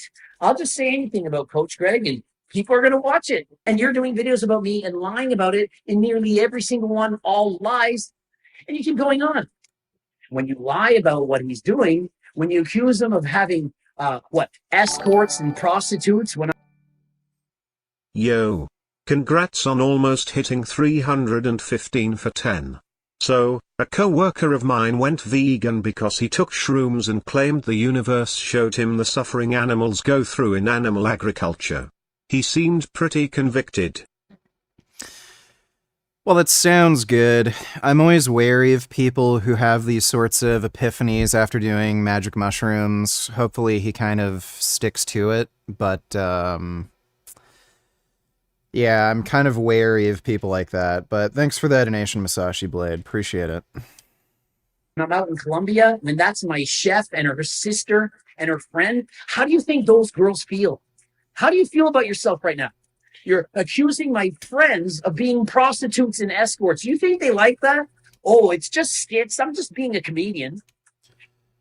I think it's a stretch to say Greg has any friends. Walk up to a woman and you say, I'm looking for a whore. I want to fuck whore. I want to have sex. I want to marry. Oh, it's a skit. It's funny. Jesus. That's very distasteful. Your jokes aren't all that funny. Now, when he's talking, I'd like to hear your thoughts on this. I truly believe, truly, that no man wants to bend over to the world. But he has it within him to want to bend the world over, just boom, boom. He wants to bend the world over, and a lot of guys, what I've been noticing. This is gonna be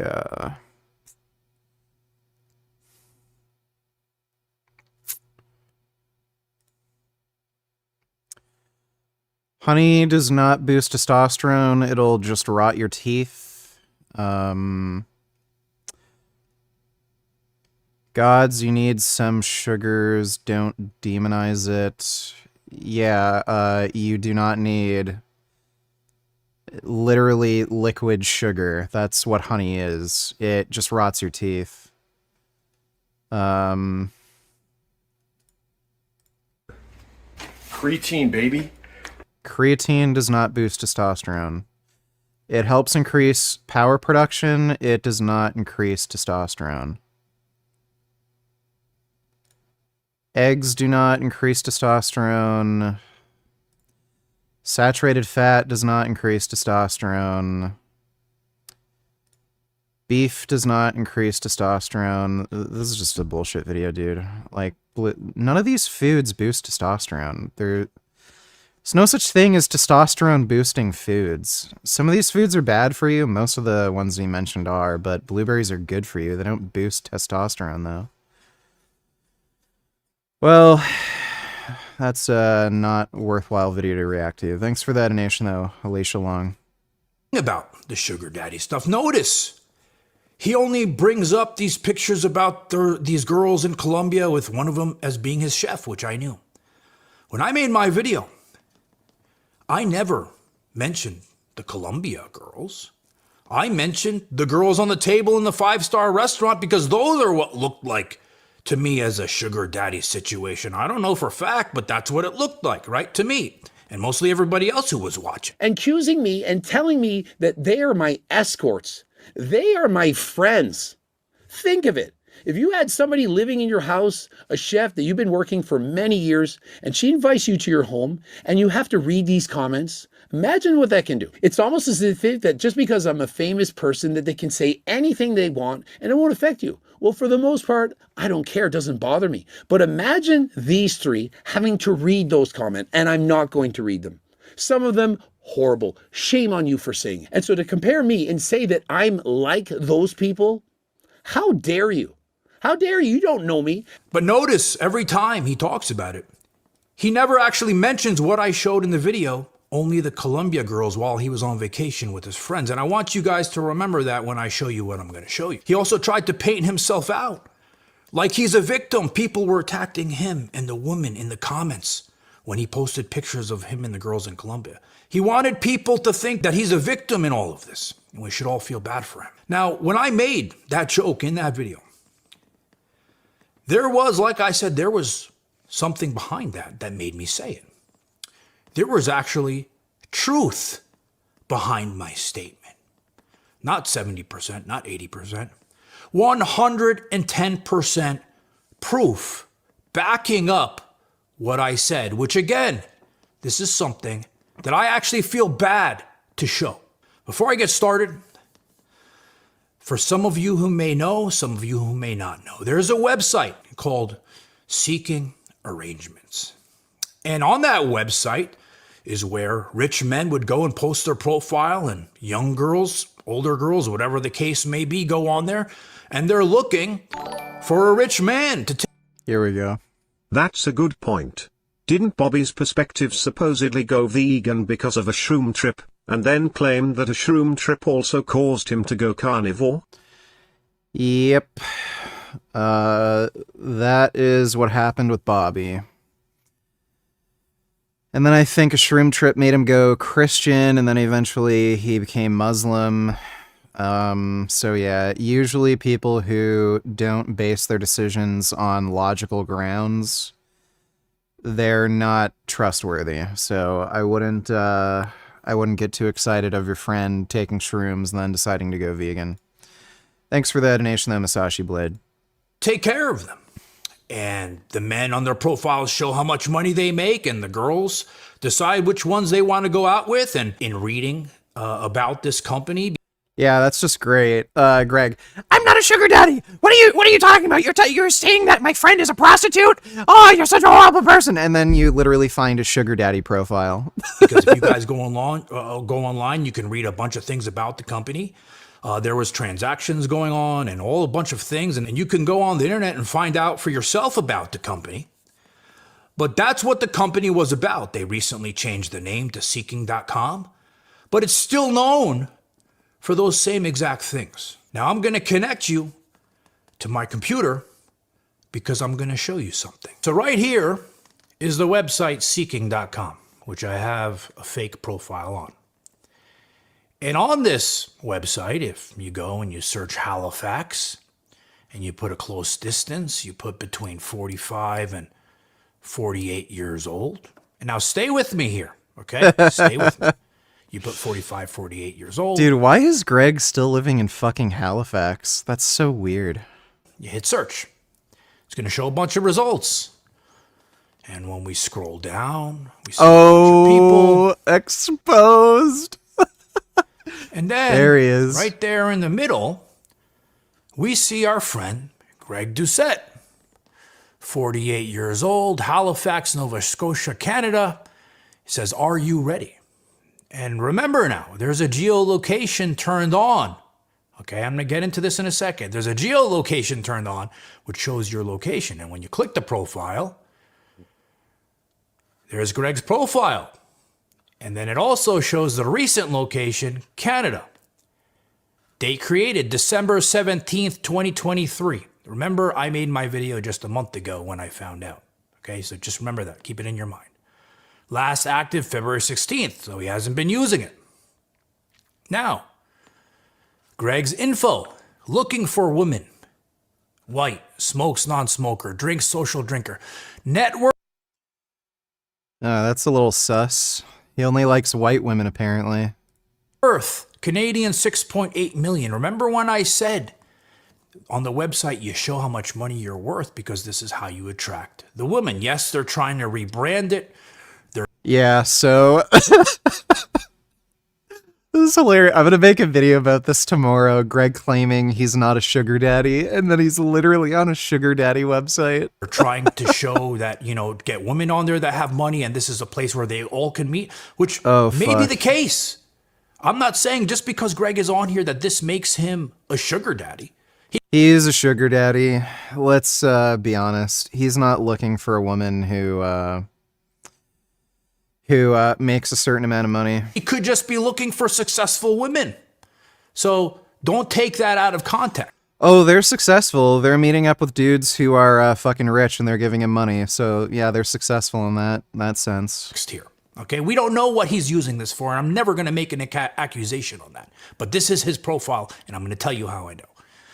So, Canadian 6.8 million, height 5'6", annual income more than 1.4 million. I'm going to say God bless Greg for making this. Dude, that is crazy. Life is just fucking unfair. 1.4 million a year. Holy fuck, dude. Money. Because what he's done, I'm going to give him credit here. What he's done is unheard of. And I will never take that away from him. And I will never hate on a person like that. Education, graduate, degree, single. About me, very unique, unexpected, different, interesting, deep thinking, has his shit together. Seeking, active lifestyle, discretion, flexible schedule, no strings attached, open relationship, true love. Someone who has time to have fun and not have to stress over anything, I guess in his English words. Yeah, so if he was looking for somebody who had similar levels of wealth as him, he'd mention in his profile, seeking somebody who, makes a certain amount of money, but he's not. Active lifestyle, discretion. Oh, that's a funny one. Flexible schedule, no strings attached, open relationship, true love. Yeah, so he's just looking for a fucking sugar baby. You click his profile here, it shows his picture, and this is a unique picture. This is not a picture that you're going to find online anywhere else. This is one that he specifically used to make this profile. So I know many people are going to be saying, you know, how do we know this account is not fake? Anyone can make a profile, put Greg's picture, etc., right? Stay with me here because I have something coming. Like I said, the first thing is it has a unique photo specifically for this app that you're not going to find anywhere else. The geolocation is not something. Can you please put some skits in the video? At least put the green screen back up. We miss the old school minty content. Stop being lazy. Maybe. I'll consider it. Thanks for the donation, nigga. That can easily be faked. And then the date created is in December, the middle of December. I didn't make my video until last month when I found out about this. Now, the biggest key in this is that this account is actually linked to Greg Doucette's personal Gmail email address. This is the one that he uses for all his... Richard Burgess. Born, Rohit Ahmed Kumar. A West African scammer born in Lagos, Nigeria. Born to a goat farmer. After being abandoned by his father, Mohammed Kumar, he moved to Canada to escape his responsibility. O Nigerian Burgess. Come back to Africa. No, Africa sucks. Thanks for the donation though, Richard Ahmed Kumar Burgess. Personal things, and that's the... Godzilla -1 just won an Oscar for Best Visual Effects. I'll still take that. Yeah, I gotta watch that. I still haven't seen it. Apparently it was good. Thanks for the donation, Grey Knight. The email address that's tied to this count, which I'm going to censor a portion of it to not give out his public information. Now, I have many other supporting documents and information that links him to this account, showing it's genuine and it's 110% him. And I can't show all of that publicly because it would be a privacy issue. But my lawyer, I have to take this measure because we know how sue happy Greg is, but I'm showing fact and you can't sue for fact. And he can go and try to delete all these things, but I have the documents that I need. And my lawyer has seen it all and he approved what I am doing and what I'm saying. And you can never sue somebody for stating fact, no matter how much you want to. Now, like I said, this is indeed 110%. I'm not going to put my credibility doing this for 10 years on the line here. This is 110% Greg's profile. But saying that, this doesn't make him a bad person. This doesn't make him a creep. This doesn't make him any of those things. I simply use this as a joke, right? Because we don't know what he's doing on this website. We know it. Oh, we know exactly what he's doing. Sugar daddy. Its reputation. We know what it's known for. But that doesn't mean that's what he used it for, and I'm not going to put that on him. But dude, he claims he's 5'6" on his profile. He's probably more like 5'4" or 5'5". He's the type of dude who'd need to, you know, throw his money around to get the girls he wants. I needed to explain myself because he's making me out to be a liar. And I'm not going to let anybody make me out to be a liar. So I had to show where I came up with the information that I decided to put in a joke that he keeps denying to make me look like I'm not a person that can be trusted. Now, Greg, you stated that I insinuated in a video that you were doing illegal drugs. I've been on TRT for over 10 years, and it's not be a company and anyone, but it must be something, a company again, that I trust. Now, in my video, I clearly said, I don't know what it is you're doing, but it must be something. And I got this idea from your own comment section of your own video. People said, oh, this guy, he looks like he's on something. He's not okay. And anyone who has a brain cell, looking at that video, looking at your eyes, looking how you slurred your speech, looking at the things that you said that you normally don't say, talking in your regular voice. Anyone with a brain cell watch that would assume the same thing. Yeah, that's a little sus. After that, how many girls don't have lip filler? Because unless you have nice, juicy lips like me, Yeah, dude, he's sauced. I could make a good woman. I have lips. Maybe something else. You could have been on cough medicine. You could have been on Tylenol, Advil, NyQuil. NyQuil makes you loopy. I never said specifically what I think that you were taking. Other people can assume what they want, but that has nothing to do with me and what I said in my video. In this video, he insinuates that I'm a cocaine addict. I'm literally very sick. I go to the doctor multiple times. I'm in Canada. Healthcare is not the same as the United States. Oh, here we go. Yeah, I love how fucking Greg does this. When I'm sniffing up snot and phlegm because I'm very sick. And then I make a video and you think I'm smoking something because I look tired. Meanwhile, I'm hardly getting any sleep because I'm so sick. And so when I make videos and people accuse me of doing illegal things, doing illegal substances, for example, sniffing creatine or smoking that green stuff, and I'm not doing it, don't appreciate it. It's illegal. So, Greg, you keep on saying in your video. Why would he say that? So, first of all, he lives in Canada. Marijuana is not illegal. It's fully legal. It's not even decriminalized. It's legal. Even something like cocaine in Canada is different. You're allowed to have these drugs for personal use. How wrong it is for somebody to accuse somebody of taking something illegal drugs. They can go to jail, prison, right? But I never did that. Like I said, I'm pretty goddamn sure you're allowed to have things like cocaine and shit in Canada for personal use. Canada drugs, personal use. This is BC specifically. Personal possession of small amounts of certain illegal drugs in British Columbia. This is British Columbia. Maybe it's just BC? I'm pretty goddamn sure. Controlled Substances Act.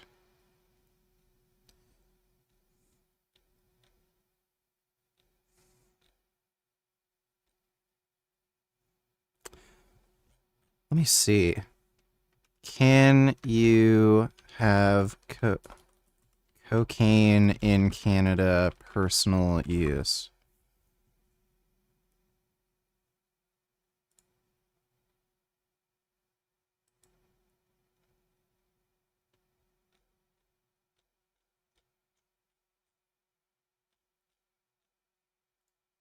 I don't know. Yeah, I'm pretty sure. Let me see. Canadian Center Abuse, blah, blah, blah. Legal status. Cocaine is Schedule 1 drug under the Canadian Controlled Drug. Possessions of the drug can result in several years imprisonment, while trafficking, production can result in imprisonment. Okay, so apparently in Canada, possession is still illegal. But I don't know why you'd mention marijuana specifically. It's completely legalized in Canada. I never accused you of those things.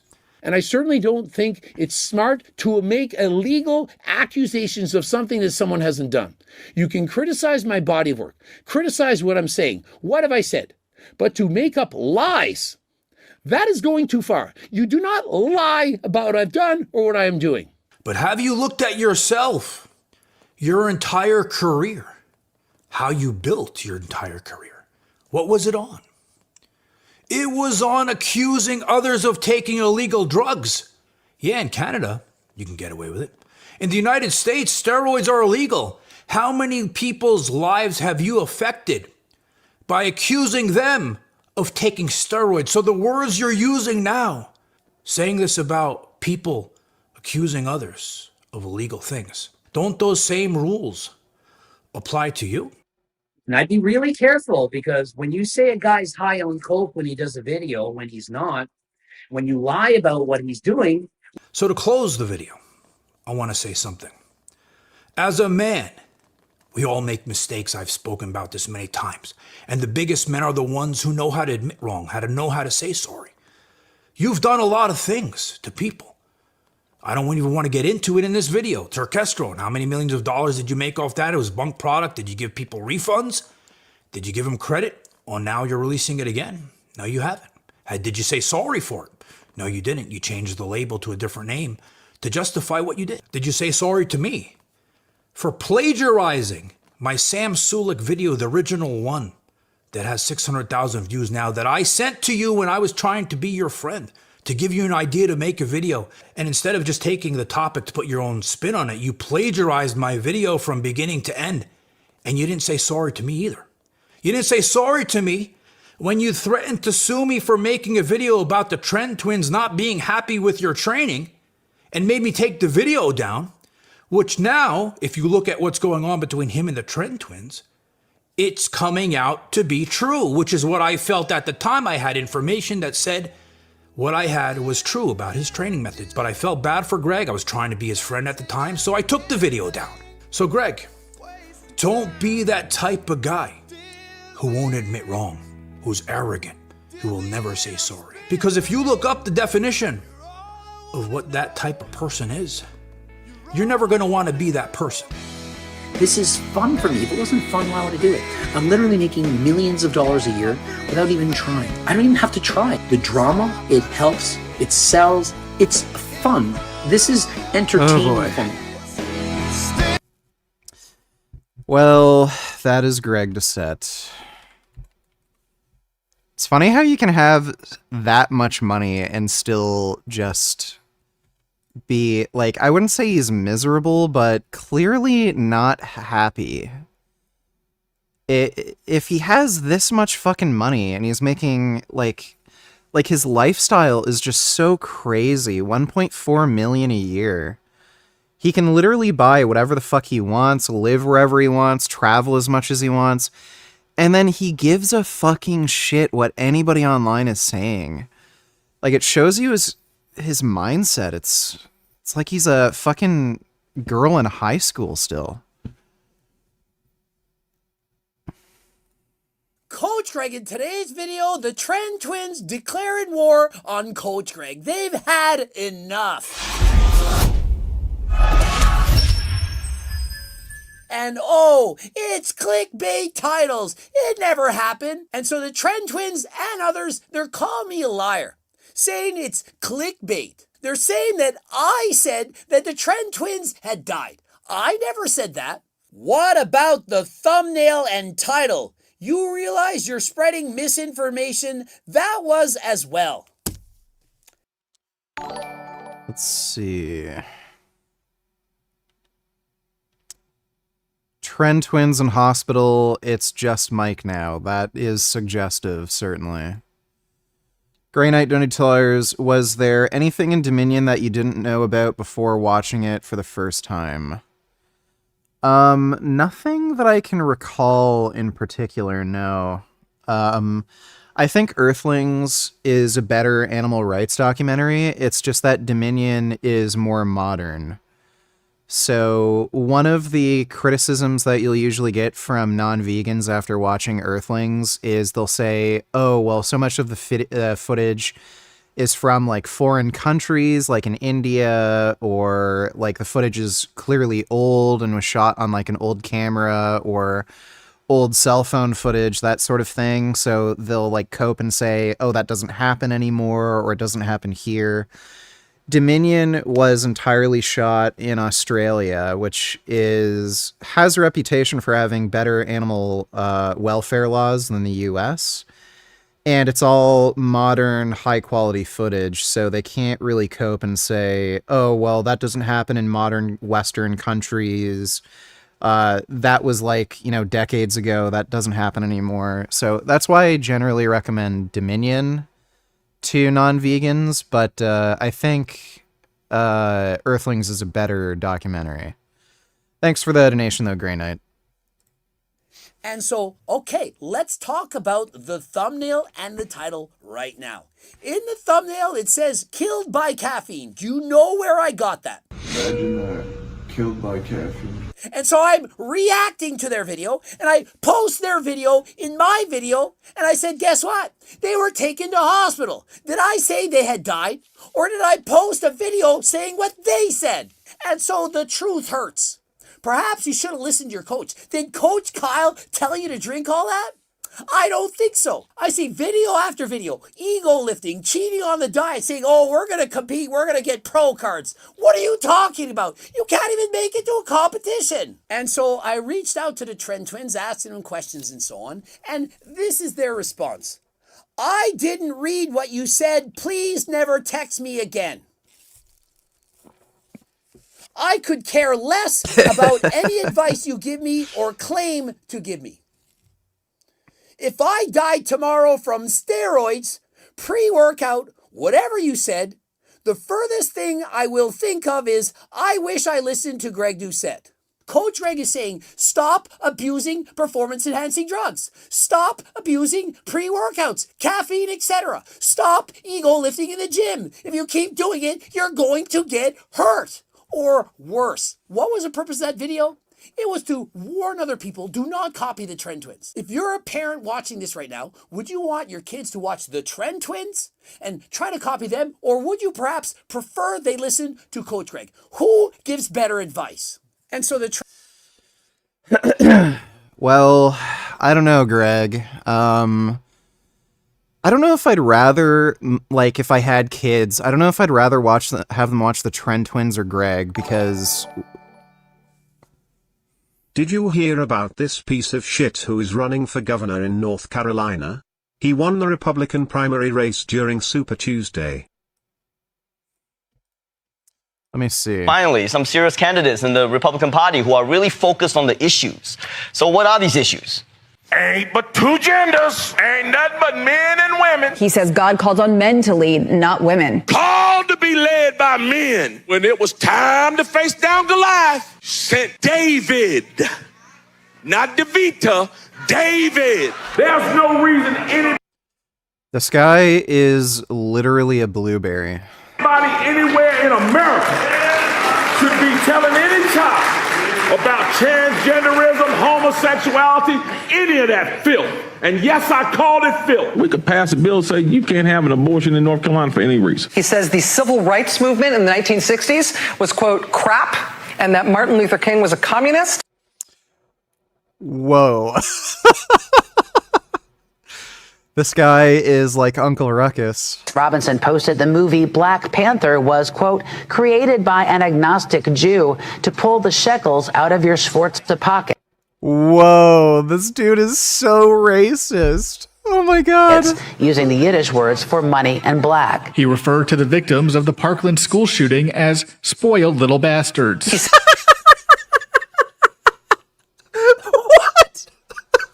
Says the moon landing in 1969 may have been fake. He also says there is a secret ruling cabal that is part reptile. And said that Beyonce is satanic. Oh my God, dude. That's insane. How the fuck does the US have politicians like this? That's unreal. Thanks for the donation, Ben. Yeah, I don't know if I'd prefer like a kid to watch Greg or the Trend Twins, because with the Trend Twins, like, everyone knows what they're doing is kind of stupid. They kind of know they're meatheads. So if somebody sees the Trend Twins doing steroids and shit, I don't think the message they're getting from it is steroids are good. And like, the thing too is Greg's a manipulative son of a bitch, and his content is literally brain dead, just clickbait trash. I would say it's more like that's going to contribute to more brain rot than watching Trend Twins. Like, Trend Twins are just genuinely entertaining, whereas I don't know, watching Greg, I would imagine that would have a bad effect on like a kid's brain. Trend Twins are making a joke out of it. Hey, Doc, yeah, do we look natty to you? We're fine. Yet he's strapped to a friggin' hospital bed with moderate cuffs around his body, EKG looking, is he okay? Having to spend multiple hours, if not days, in the hospital. How is that fine? And so, does it not make sense that I perhaps put out a warning? And then Lex Little, oh, I'm going to come to the Trend Twins' defense. Saying it's just Mike now and killed by caffeine seems insincere. Gramp. 100. All right, so let's resort to name calling. Listen, I don't care. It doesn't bother me whatsoever. We've already addressed killed by caffeine. That's not what I said. That's what they said. That's from his video. I'd say if you want to prove you care, turn off monetization when you make those videos. Let's address that. When you turn off monetization, you know what YouTube does? They show that video to fewer people. Less people. Okay, I don't know why anybody cares if a fucking video is demonetized, and this cope that, oh, well, the only reason I turn monetization on is so that it gets promoted by the algorithm more. Like, they're both being dishonest as fuck. Okay, people upload YouTube content to make money off of it. Making money off of somebody's misfortune isn't necessarily wrong. If somebody does something stupid and you make a video about it and you put monetization on, I don't know what harm that's doing, and the idea that, oh, the only reason I'm monetizing is, you know, so more people see it, like, fuck right off, dude. You're monetizing it because you want to make money. Will hear that message. Why? Because YouTube wants to make money. And so when they can't add ads to it, there's less incentive for them to show the video. Less people being shown the video, less people watching it, less people learning from my video. And so if I actually care, I would, in fact, turn on monetization. Why? Because it will help out more people. Does that make sense? And so why would I try to make less money and have less people watch the video and have less people learn from the Trend Twins' mistakes when I can simply post the video the way I always do? What's next? CNN, they report the news. They can't have ads. Anyone talking about newsworthy events, they can't put advertisements, commercials in their videos? What are you talking about? And many people said, oh, it's only 700 milligrams. That's not enough. No one would have problems with that. Do you really think that's all that was in there? How do we know what other ingredients might have been in there? How do we know there was no isopropyl nor synephrine or perhaps yohimbine? Was there any of that? Here we go. At what dose? And now he's going to use this as a plug for his pre-workout. That likely won't have you end up in the hospital. You consider pre-pump. Oh my God. There's no caffeine in it whatsoever. Pre-pumps, it's safe to take at night. It's not going to... Dude, that is just shameless. The Trend Twins, they took a pre-workout with caffeine. Caffeine's dangerous. Take my pre-workout. This pre-workout won't. You can't overdose on it. Affect your sleep. And so if you're interested in pre-pump, code Greg 15. Oh, that's good. And how did I come up with it's just Mike now? And then he, like, how does he do this and then claim the only reason he put monetization on the video is so that it reaches more people? Like, I literally read a comment on their wall. One of their fans wrote that. It's just Mike now. Perhaps it's only Mike that's not in the hospital. Perhaps it's only Mike that didn't abuse caffeine. It doesn't mean that the person is dead. Imagine the insensitivity if he'd actually died, if that was the exact title. Do you really think I would make a joke video and say, it's just Mike now? Really? It wouldn't say Trend Twins in hospital. Guys, girls, circles. Pay freaking attention. And so the Trend Twins, don't ever write us again. I mean, after all, I did nothing for them. I only coached them for free, of which they then poked fun at me. Oh, he just gave us a cookbook and said, follow whatever recipe you want. As if I wasn't there to answer each and every question, no matter when they would write me. And so Coach Kyle, I don't envy him. He has his work cut out for him. Are the Trend Twins going to compete at sub 6% body fat and win their pro cards with Coach Kyle this year? I'm not sure about that. What have they done on day one? They were literally cheating on their diets. What about day 2, 3, 4? Well, one of them end up in the hospital, and watching their videos, they're slamming weights around, ego lifting. Very, very dangerous. Today I get a video from one of my fans that the guy was driving by the Trend Twins when he totaled his car. The license plate matches up. It's the Trend Twins. Dude, what? Oh my God. Car. He crashed into a brick wall, and the brick wall, like the retainer wall, fell on top of the roof of the car. And so, dude, that is hilarious. I know they're terrible at driving. I've seen them before. Trend Twins crash. Yeah, car crash. That's fucking hilarious. What the fuck? Where's the video? Somebody made it. Trend Twins hospitalized. Fuck, dude. So this is from Bodybuilding and BS, Nick Trilogy. Remember, go follow him on Instagram. Go follow.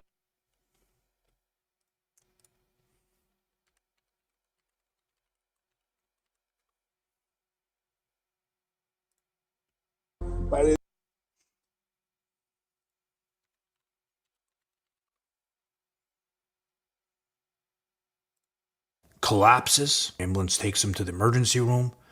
The doc asked if I was on. That 25. Oh, that's John. How the fuck did I get John Bravo's video? What? Where's Nick's channel? Okay, that's weird. Please watch my vegan lord donated $2. Let me see. Oh, look at that. Love the color. Color of what? The color of the car. You're right. But no, the car. Oh, Gorgeous.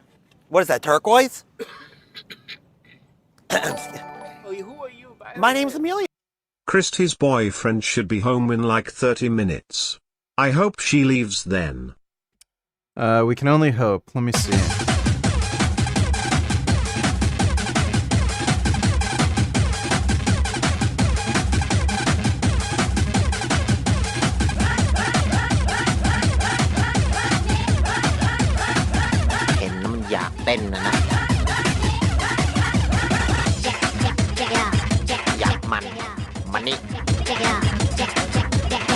Audition dance ออนไลน์มันดี So, well, thanks for the donation in Kindu. Leo. Where are you from? I'm originally from Philadelphia, but now I live in Miami and I'm visiting LA. LA. What brings you in LA? Would you look at that? You're giving. Hey, I'm Columbus. Columbus. Yes. Nice to. And Look at that, Earth. Looking at it, it makes. This is not funny. I don't know why you wanted me to watch that. Whoops. Follow him as much as you can. It has amazing videos. And in his title, it says, I'm going to continue to pray for the Trend Twins. Now, I can see exactly why he would say that. I mean, remember, this is the day after one of the Trend Twins was placed into hospital for overdosing on potentially caffeine and other stimulants. This is my message. Please be more cautious than last time. We've seen the Trend Twins in the gym lifting very heavy weights, re-racking the weights, almost falls on his face.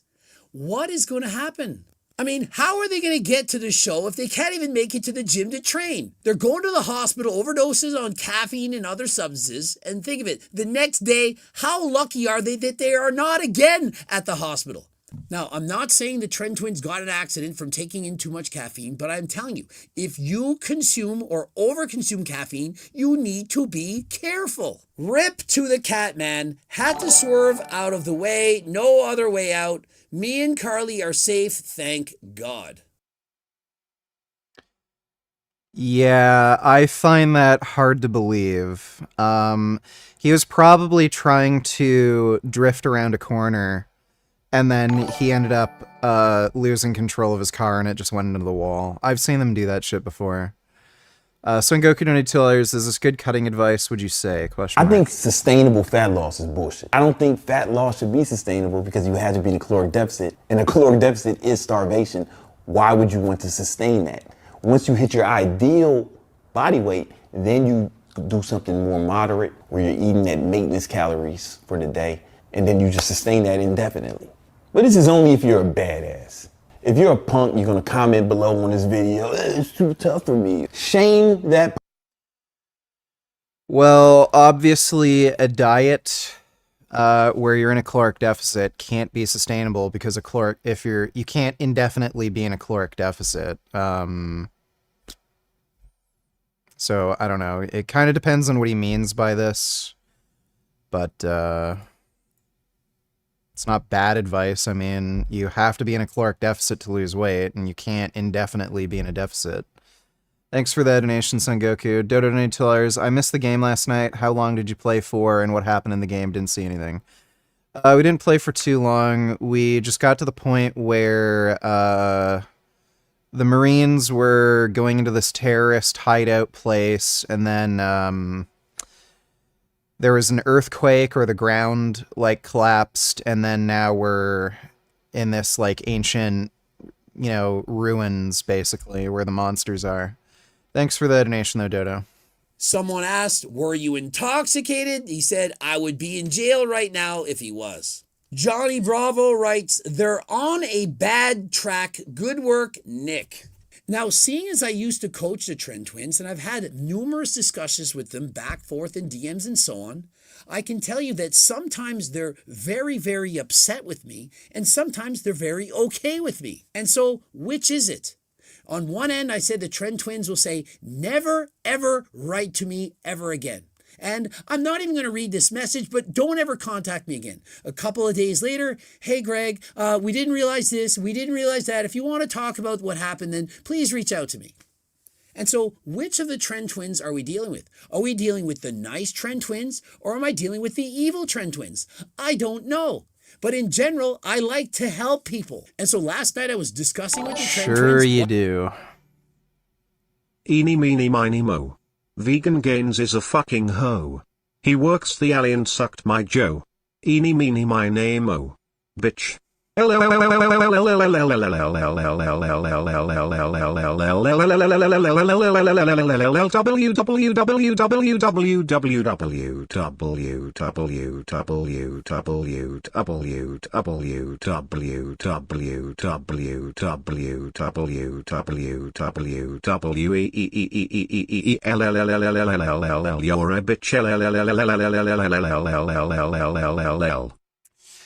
Well, thanks for that.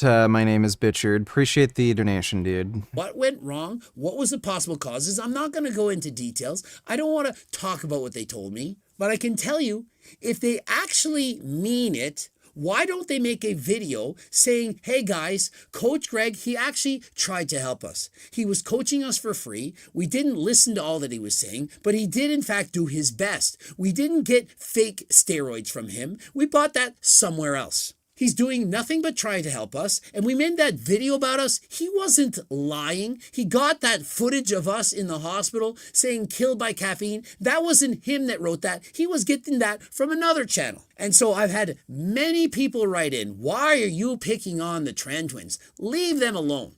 Don't you think the Trend Twins are big enough, strong enough, old enough to defend themselves? They are, in fact, adults. Y'all are acting like the Trend Twins are a bunch of kids. I've had several people say, you're 48 years old, going after little kids.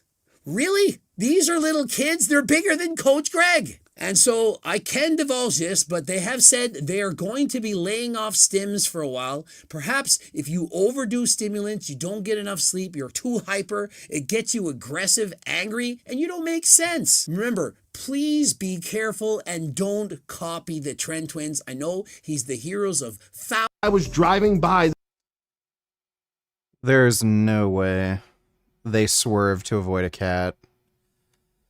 Dude, their car is totally fucking sideways in a fucking barrier wall. I was driving by. There's no fucking way. He was guaranteed doing something stupid around a corner. The Trend Twins when he totaled his car. The license plate matches up. It's the Trend Twins car. That is funny. All right, let's see this Destiny thing. So he's saying Candace Owens is lying about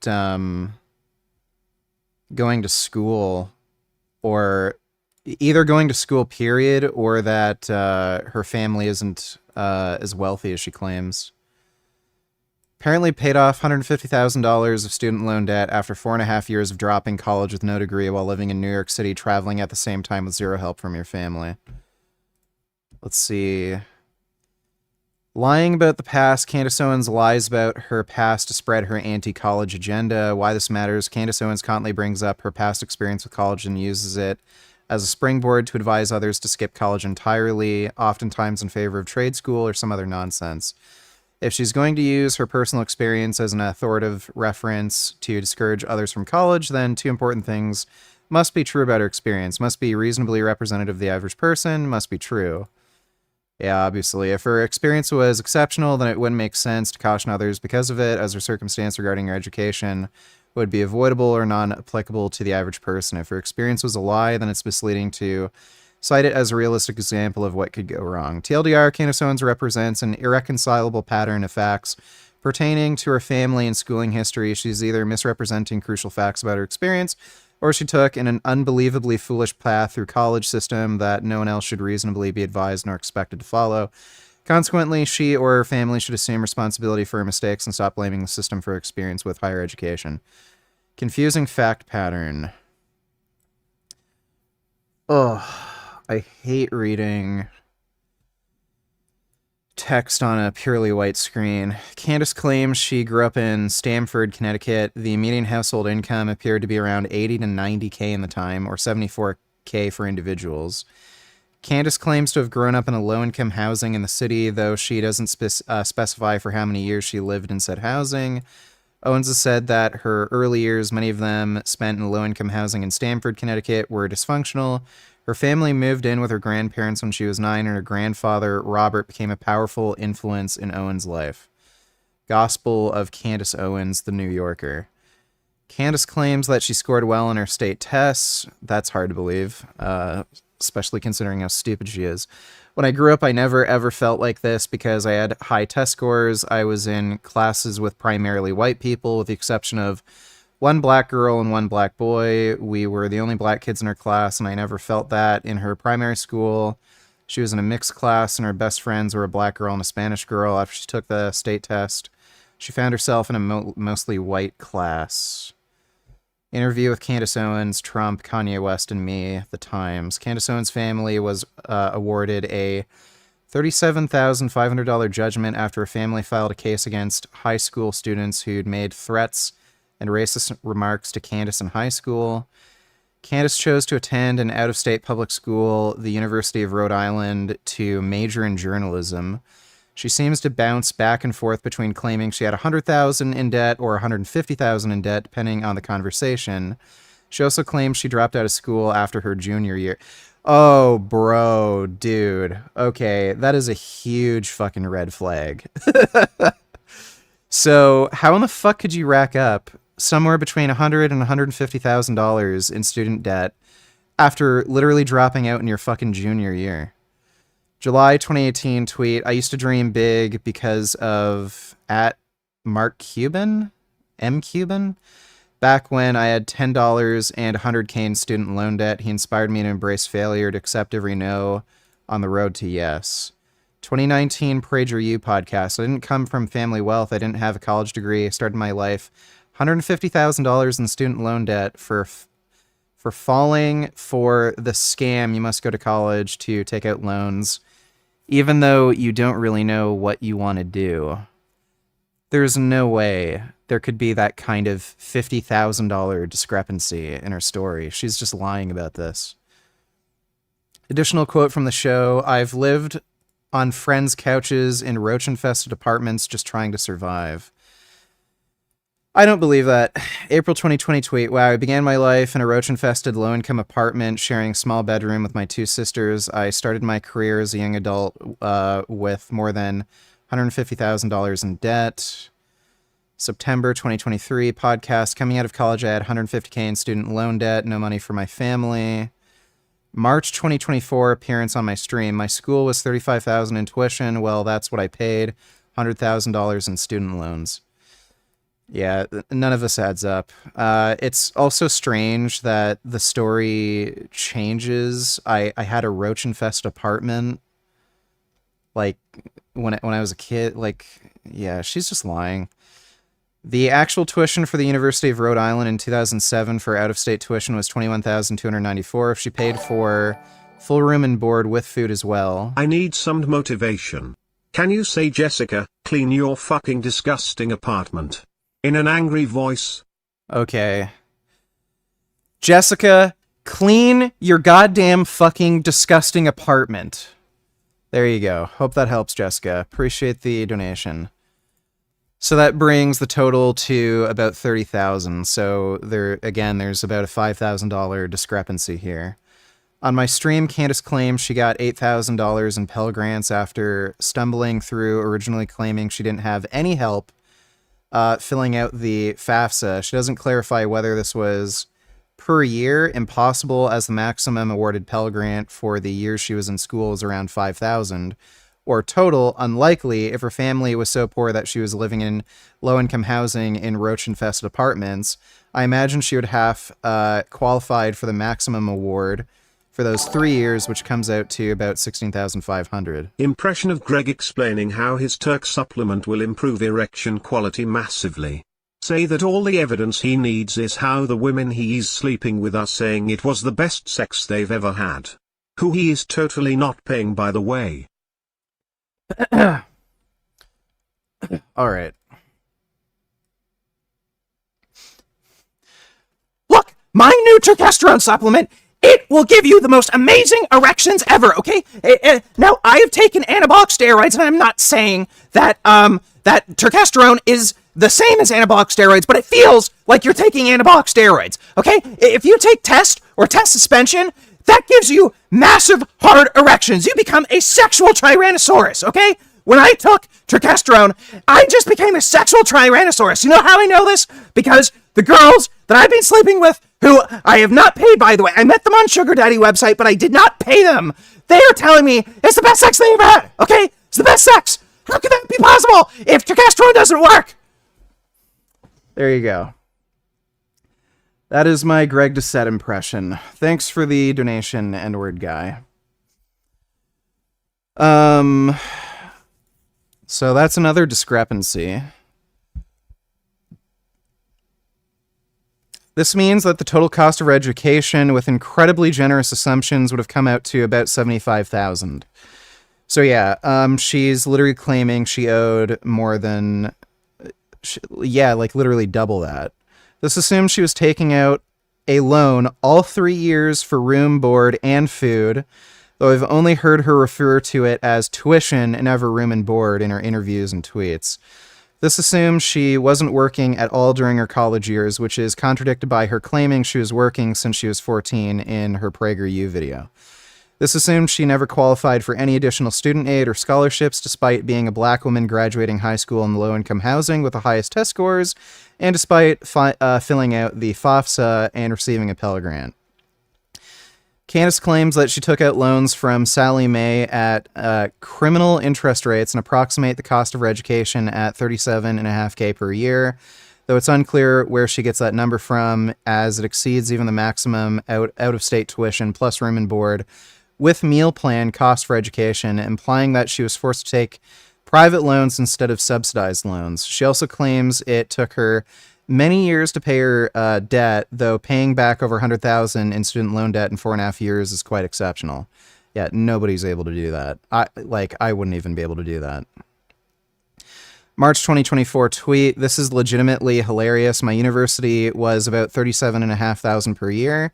3 years would total approximately $112K. I took out student loans with Sally Mae, which had criminal interest rates. I then defaulted on those loans because I was still broke. You can't default on student loans. What? It took me many years to climb out of that debt, but I wound up paying back everything I owed, which was over $100K, as I told you.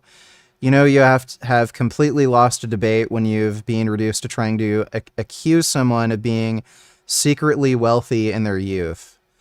Candace also claims that after quitting school early due to loan issues, she moved to New York City, began working, and paid off her $150,000 or $100K of student loan debt in 4.5 years while working as an assistant without a college degree and traveling at the same time.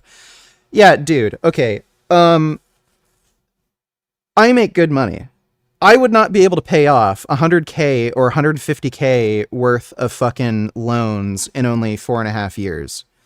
So she is full of fucking shit, dude. Just absolutely full of shit. I don't even know if she ever went to school. So I went to the city, New York, with $8K in my bank account. There she did a quick stint at Vogue before I realized that I was way too cerebral to work in fashion. These girls would be stressed out, like in tears in the closet because they can't find a Prada bag. So she set her sights on finance. I knew that if I could interview and get in front of someone, I could get a job making money. I wanted to make as much money as possible. She got a job as an assistant, rose quickly, traveled a lot. She says, though, she Won't tell me at which firm, because if she does, reporters will start seeking dirt from her former colleagues. After 4.5 years with her loans paid off, she set out on her own, starting a lifestyle website called Degree 180, and then a project called Social Autopsy, which was meant to expose internet trolls. This is just totally untrue. There's no way she's working as an assistant, making enough money to pay off 100 to 150K worth of fucking student loan debt. That's just bullshit. This is a rather exceptional fact pattern that doesn't map on at all to the average college experience in the United States. The average college graduate who borrowed money to graduate will finish college and attain their bachelor's with $27,400 in debt. Candace Owens claims to have accumulated $100,000 to $150,000 in debt in only 3 years at a public university. It takes the average borrower about 20 years to pay off their student loan debt. Candace Owens did it while traveling, moving to one of the most expensive cities in the world, dropping out of college without attaining her college degree while defaulting on her loans in a blazing 4.5 years. Candace simultaneously claims that her family was incredibly poor, yet she apparently wasn't able to qualify for substantial financial aids or grants. She also claims that her family was incredibly poor, yet she was able to qualify for an absurd amount of private unsubsidized loans from Sallie Mae to the tune of $110,000. Yeah, especially being black from a low-income neighborhood, there's no way you're getting a loan like that. Candace Owens is either completely misrepresenting her college journey, or her experience was so exceptional that it can't be used as a warning for potential future college students. Yeah, I question if she ever even went to school. That is the most bizarre, retarded, fucked story I've ever heard.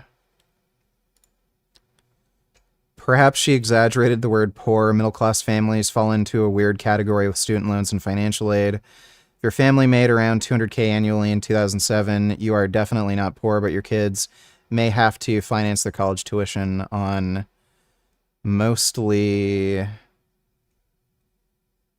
high-interest private loans. At least that's what happened to me. I am also 34 and went into enormous debt getting a barista degree. I've lived a very financially strained life only until recently. Being tempted to describe myself as poor, but this isn't quite true. This is a loser topic. Financial aid packages include loans. You don't get a free ride or scholarships because you're... Oh my god. Some of these people are just fucking retarded. She's totally full of shit. I don't know how to go about looking into this, but I'd be surprised if she even, like, attended college at all. So not only does the expenditure of her education not make any sense, because the maximum that she'd even be allowed to spend there is less than what she claimed to have spent on student loan debt. She also didn't graduate and was able to pay off over $100,000 in student loans in 4.5 years without a college degree, just working as an assistant. Like, she never... I don't think she ever attended school. She might have done like 1 semester or something, and she's just lying about it. So what would happen if you bought a Walmart Mini Moto and installed the world's most powerful upgrade kit? Well, it might turn out something like this.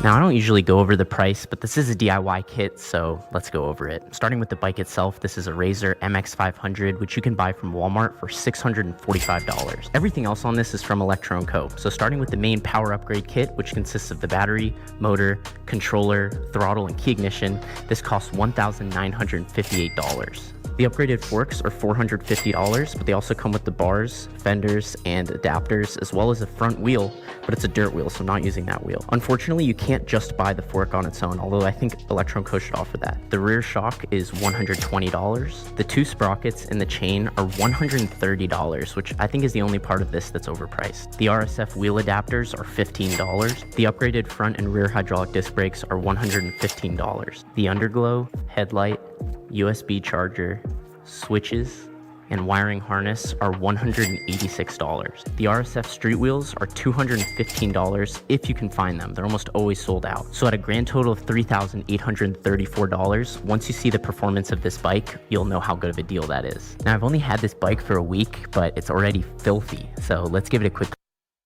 Dude, I don't know if I could even fit on this thing. I'm using my charged all-purpose cleaner to degrease the sprocket. And I'm going in with my charged tire cleaner to remove all that street grime. I designed these, it's a Saronster brand, so I encourage you to give them a try. Your bike will thank you, and so will I. It really helps the channel. It's so nice out. I'm riding the Domos. He said he's Jordan Peterson is certainly not a genius, no. done some things to the cart. I can't wait to see. That is a lot of crows. That's a lot of crows. Damn! I've never seen this many crows in a formation. Dude, look at this thing.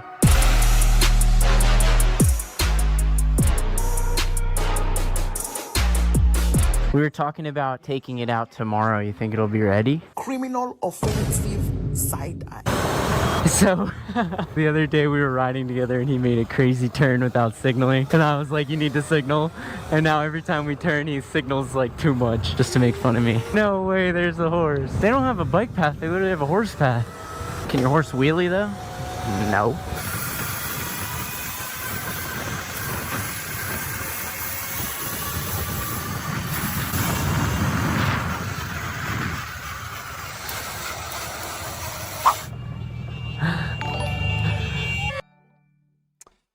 Mike donated $2. Wonder what Destiny would say about this.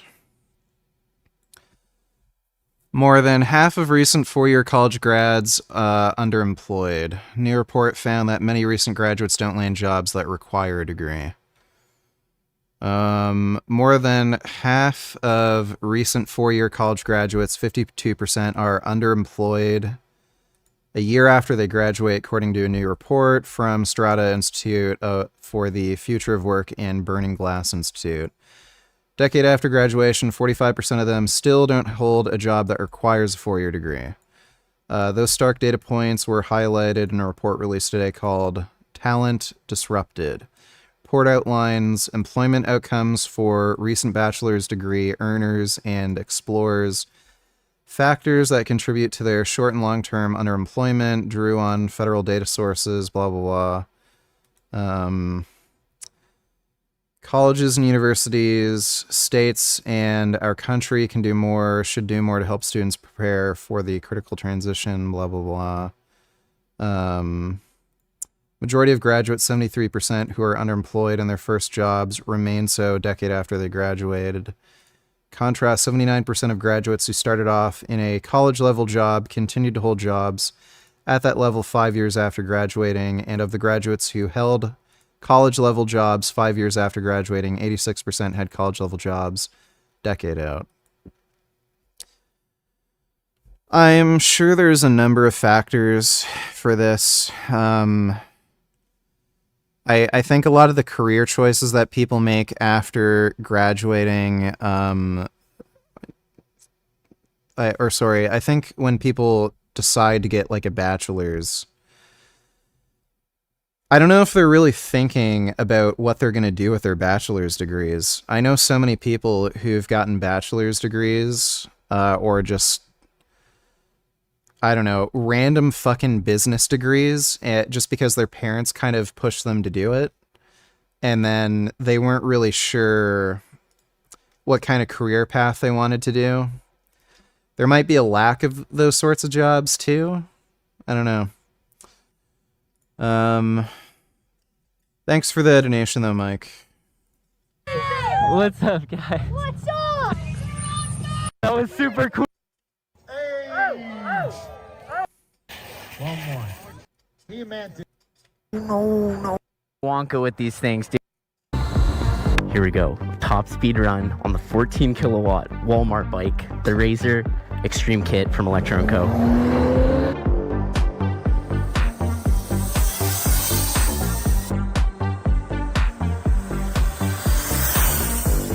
60 miles an hour, that's crazy.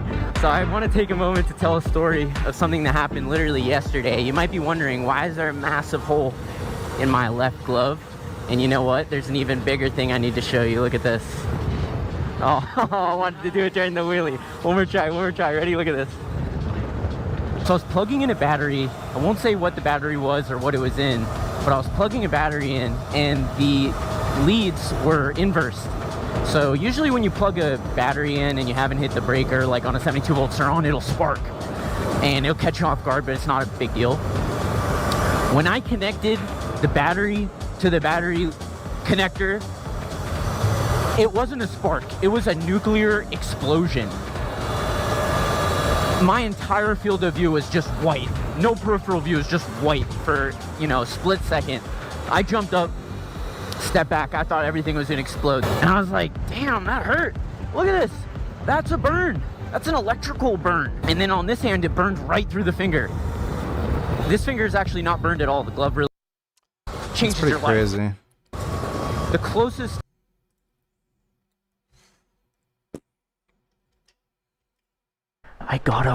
I was thinking of getting a Stark Varg, but I don't know. These electric dirt bikes do not have good range. Fucking Stark Varg. I've been talking to Stark for a while, and they said, hey, we'll sponsor you a bike. You just can't ride it in the street. I said, say less. They sent the bike out. I got these 17-inch street wheels from Warp 9, and we're going to hit the street. Electric dirt bike ever. Ever. I'm giving away my truck with an E-Ride Pro SS. My truck's been in over 200 Surroundster videos. It's done everything I've needed it to. It's an amazing truck. And with the 72 volt bike, I don't know what more you could want. But this is the last week you have to enter my giveaway. Isn't this the most beautiful bike ever? I haven't put any miles on it. I've been saving the first ride for this. Yeah, I'd like a Stark Varg. Yeah, problem is, I think it has a 6.5 kilowatt battery, which is pretty decent for a dirt bike. My Zeros have a 6.5 kilowatt battery. But if you're doing like hard riding and racing, it doesn't last long. That's the problem. Video. The display is this Stark phone. It's pretty cool. It's actually a Stark phone, and it's usually mounted here on a wireless charger, but I took it off. I didn't want the phone in my face the whole time, and it still works off the charger. So it says your power mode, your percentage, your speed. The full power on this bike is 80 horsepower. In my highest power mode right now, I have it set at 65 because that's already insane. I'm going to save the full power test for another video. Today I'm going to get a feel for it, get these new wheels warmed up.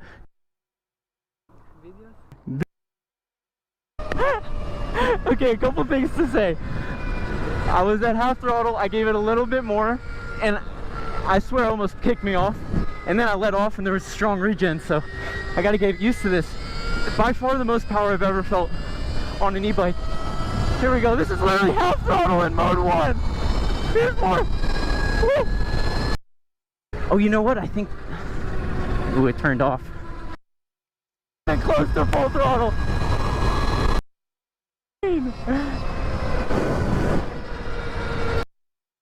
I don't want to sit on that. That's super uncomfortable. By far my least favorite part of the bike is that seat, and the math don't lie. It's just beautiful. Like the carbon fiber, and I think the Supermoto wheels really tie it together. The weight ratio of a 72 volt Surron, but it's 200 pounds. I looked it up though. This bike's super heavy, right? It's really hard. Did you know that Uncle Ruckus running for North Carolina Gov's a Holocaust denier? Also, WTF? There's a site that actually sells Nazi flags. Well, yeah. There's plenty of websites that sell Nazi memorabilia. They make quite a lot of money doing it. A lot of the people who sell the shit aren't even Nazis. They just do it because it makes money. And let me see. Republican Lieutenant Governor Mark Robinson called for solidarity with Israel today, taking official action as the Democratic Governor Roy Cooper is out of the country. Robinson also said he is not anti-Semitic when confronted with previous statements about Jews. Our Capitol reporter Michael Hyland asked Robinson, who's running for governor himself, about those comments.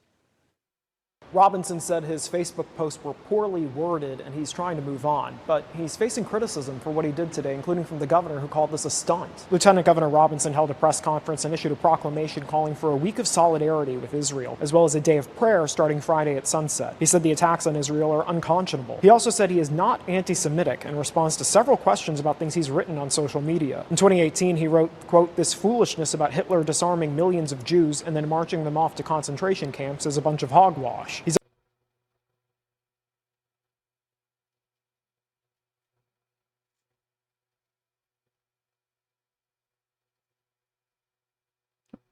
What? He also used Jewish stereotypes and downplayed Nazism in other posts. I asked him about those comments. We've already dealt with those things, moved past them, and we're ready to move on to the new topics that are here today. When you say you've dealt with them, to be clear, do you apologize for writing what you wrote? I apologize for the wording, not necessarily for the content, but we apologize for the wording, and we have spoken to several Jewish groups who completely understand what our sentiments were. And we have full confidence that the people of North Carolina understand that Mark Robinson is definitely not anti-Semitic. Robinson is running for the Republican nomination for governor. The leading Democrat in that race is Attorney General Josh Stein, a spokesperson for him. Okay, that's a little sus.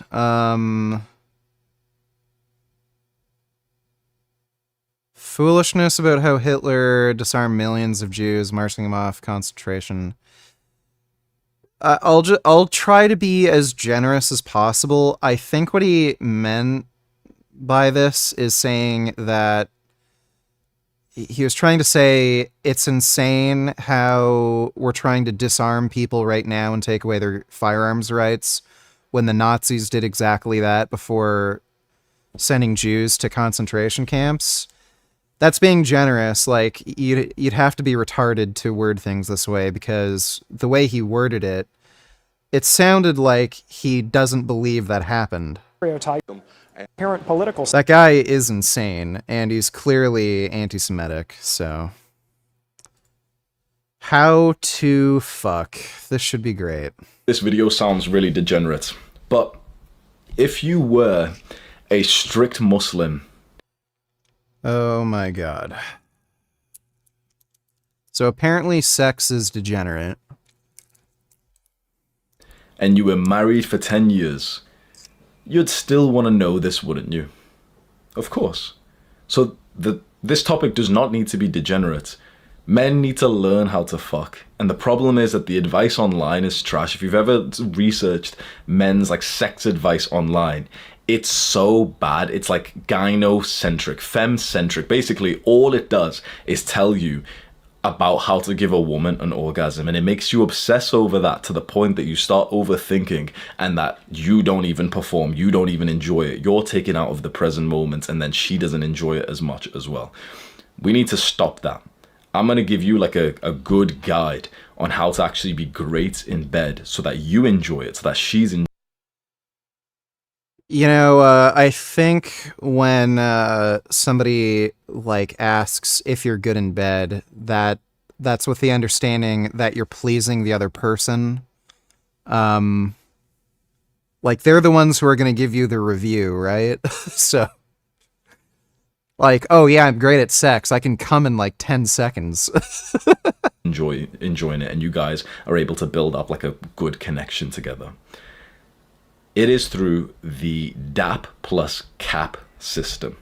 Basically, through my experiences of being sexually active, I started to put together my own system that was supposed to just be for my own use, but eventually I put this into like an online course, and I'll teach you a part of it for free. And it's DAP plus CAP. Write this down somewhere. DAP CAP. You need all 6. If you miss one, your sex game will not be as good as it possibly could be. Once you get all 6 of these, you'll be seen as like a sex god. And I know that sounds cringe, whatever. Just give this a try. And I guarantee the next time you use the DAP and CAP thing, she will literally she'll make animal noises, and you will feel like a fucking Animal noises. G. DAP plus cap. DAP is dominance. The first thing is dominance. What's the opposite of dominance? It's being submissive. Here we go. So this means that for you to utilize the first part of the DAP and cap system, you need to be the one who's in control, who's in charge. So you are the one who is, for example, taking the clothes off. You're the one who's leading, who's putting her in this position and that position. There's girls or there's relationships where that's not the case for the guy, and So it's kind of strange how he started this off by saying, oh, well, you need to think about your pleasure, you know. It's not just about the girl, which is fine. This looks, sounds, When and Joe feels Biden- like Trump's closeted. Let me see. Goes to the beach because somebody on his staff thinks he looks very good in a bathing suit. And I don't know what they're doing with the beach. You know, this beach is seeming to play a big role, but they love pictures of him on the beach. I think he looks terrible on the beach. He spends so much time at the beach. I have a much better body than him, but I'm not really sure that I want to expose it with the sun blaring down and the sand. Trump eats McDonald's every day, and he's grossly overweight. The surf, the wind. Skinny legs. Well, he can't walk through the sand. You know, sand Yeah. is not that easy to walk through, but when he walks through it, he can't walk through the sand. You see him on the beach where he can't lift a chair. You know, those chairs are meant to be light, right? He can't get his feet out of the sand or lift the chair, which weighs about 9 ounces. He hobbles over, he grabs the chair. You know, those chairs are meant so a child can pick them up. They weigh like 4, they're incredible. And they make those chairs, they're actually miracles. They weigh like 3 ounces. They're meant for a child to carry. A child or a very old person to carry. Very, very old. I mean, like really old. And sleep, sleep, sleep. That's what he wants to do. He wants to sleep and he wants to go to the beach and sleep. He thinks he looks good in a bathing suit. He doesn't. I can guarantee you with 100% certainty he has a better physique than Trump. But thanks for the donation, Ben. So, yeah, it's funny how Hamza started off this video by saying, oh, it's not just her pleasure that matters, you also have to consider your pleasure. And then he's already telling you, you have to have sex a certain way. I remember hearing shit from a sex therapist about this, but I think like at least half of men are like not sexually dominant. Like they'd prefer to, I don't know. Yeah, they'd prefer to be more submissive than dominant. I mean, again, kind of if you want to please your partner, you might have to play a different role. the girl is a bit more dominant. She's pushing the guy down. She's taking her clothes off. She's taking his clothes off. And as much as like there's a few guys watching this thinking, oh yeah, that's kind of hot. The only reason you'd find that hot if the girl takes charge is because you've got low testosterone. No, it's kind of hot when girls rip your pants off and start sucking your dick. If you had healthy levels of testosterone, and if you had never been through the bullshit educational system, you would find that kind of cringe and uncomfortable if a girl was having to take the lead. The only... No. Testosterone levels have nothing to do with sexual preference. Carrie donated $2. Clap, pussy, clap, clap. You like that? Yeah, I bet you do. Fuck, I wish I had 2 big black cocks in my pussy, 2 medium-sized black cocks in my asshole, 3 small black cocks in my mouth, and 2 cocks in each hand, any color but your cock in my heart. Alright, well, thank you for that, Carrie. Appreciate the donation. only reason you could be okay with this, like the only reason why there's so much porn out there where the guy is the submissive guy, and there's so much of this, like, you know, internet culture of hang on, my alarm's going off. There's so much culture of like, you know, like guys who like the sort of mommy fetish and everything, where she's the dom and he's the sub, is because men are just weak these days. If you No. There's no correlation between serum androgens and sexual preference. had a healthy level of masculinity, you wouldn't want to be the submissive partner in a relationship. So that is not true. Be more dominant. Put her... That makes no fucking sense. No sense whatsoever. Women produce very, very low amounts of testosterone, and you can find very sexually dominant women, And then, and compared to any man on the planet, any man is going to have way, way higher testosterone levels than any woman. But you can find plenty of men who are submissive sexually. So that makes no fucking sense. There's no correlation between serum androgens and sexual preference. Where you want her.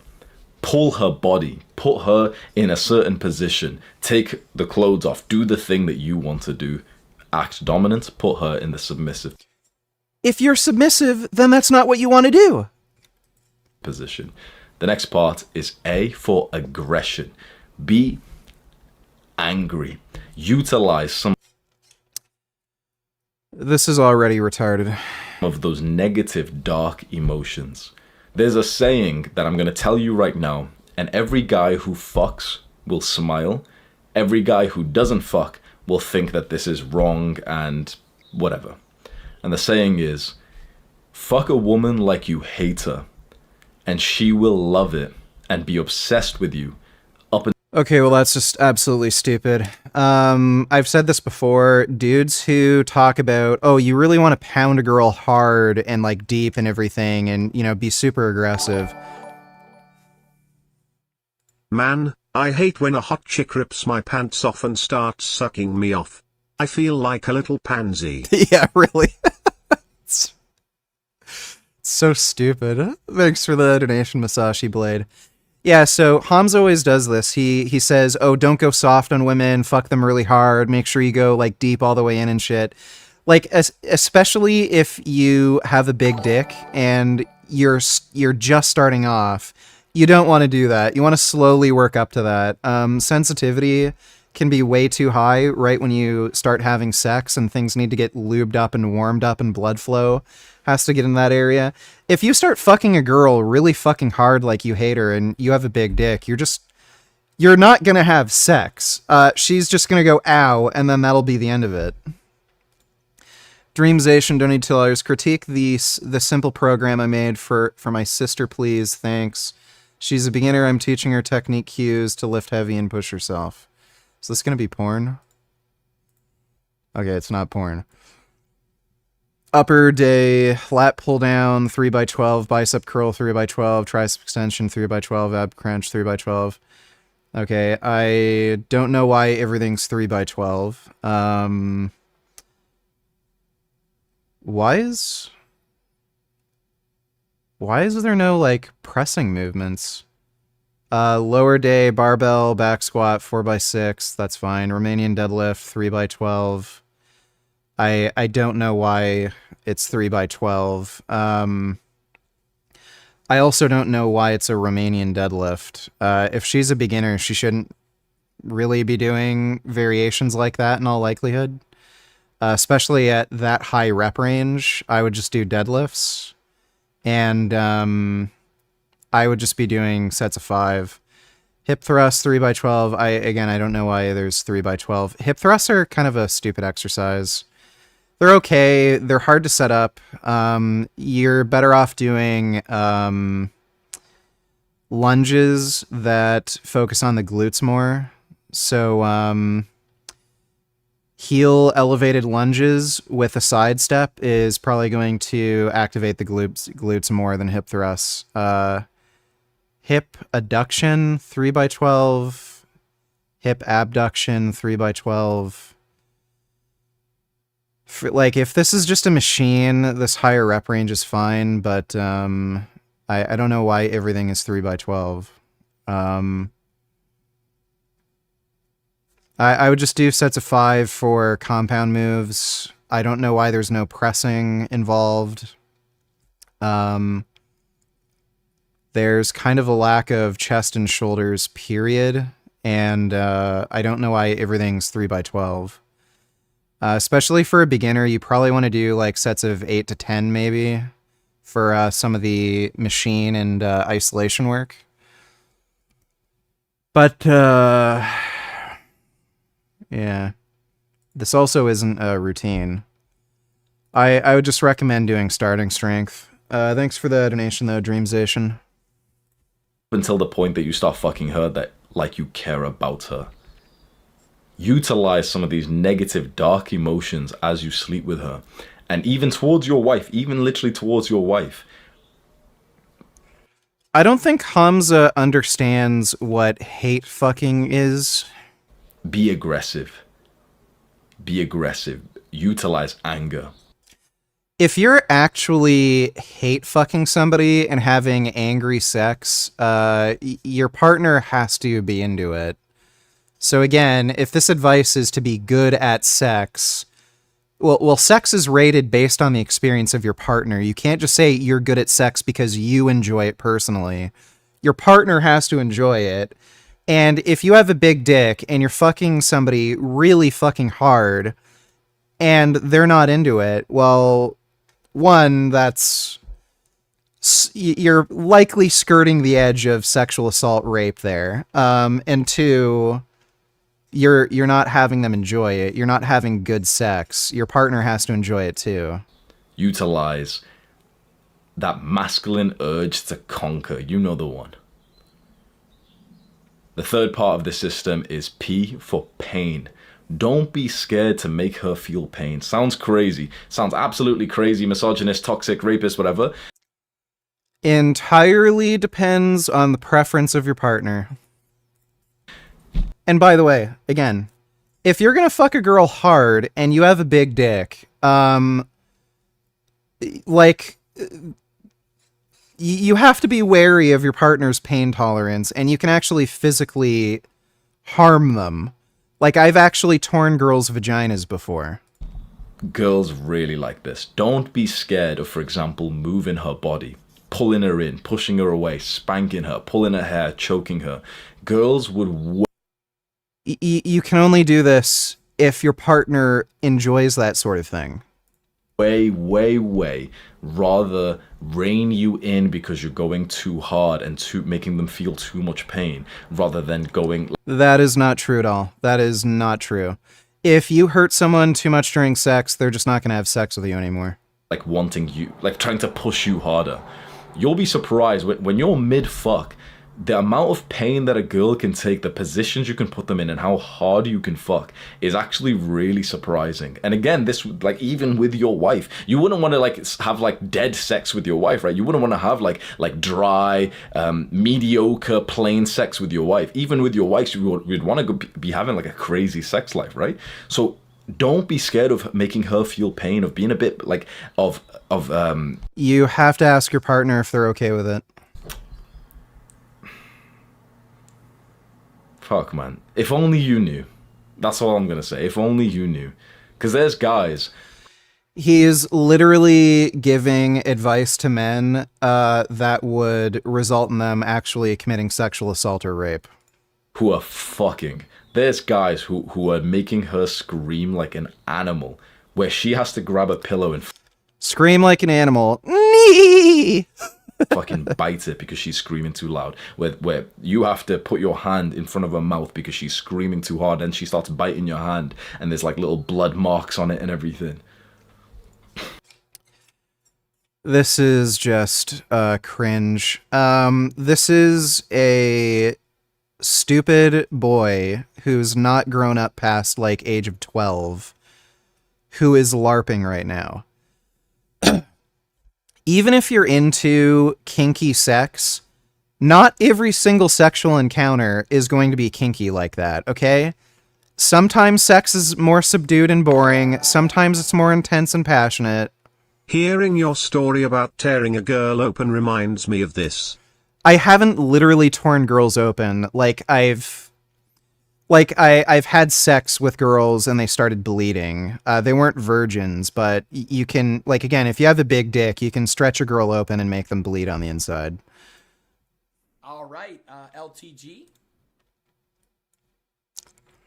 Low tier god gets kicked off of Jinx's stream after talking about his. Your cock. Oh, you guys hear me? Yeah, we can hear Your voice Right is there. so deep. How big is my cock? Yeah. Well, I they said I'm cannot. oversold, so anything else I say right now is just gonna feel like extra. But just, I once was told it was kind of like a baton. I'm just telling you what somebody else said. I'm not gonna gas bomb So shit. like how big is a baton again? Like You know, like something you flip, spin. Like put it like this: if you can't be double stacked, What? then So it's really long and very thin? yeah. Is it like? See, don't nobody in here even know what that shit Is it means. like Drake's or? Okay. I don't know. I mean, Wait, sorry. I'm gonna just say this. I'm gonna just say I don't know. A couple of girls, they claim I ripped them. Oh my god, bro. Oh hell no. That's just what they. I'm ripping you, bro.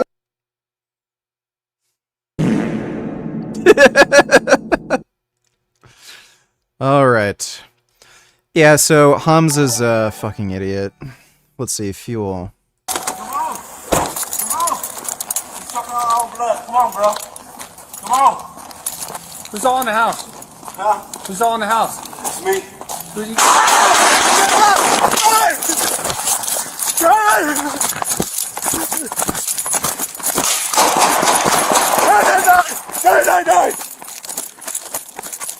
I've been shot. Die.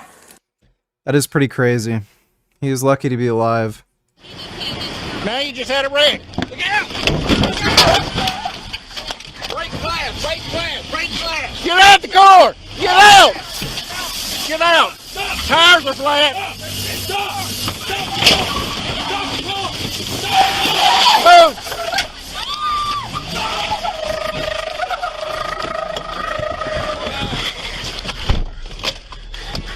Come on!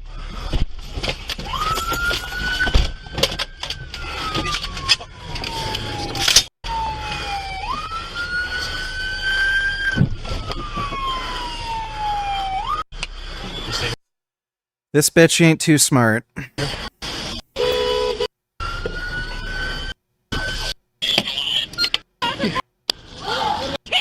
I didn't do anything. Yes, you did. You almost killed 3 fucking people. What did I do? Don't even ask how. How? What a crazy person.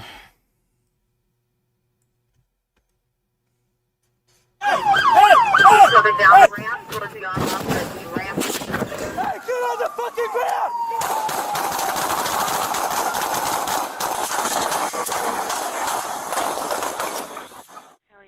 Well, he did.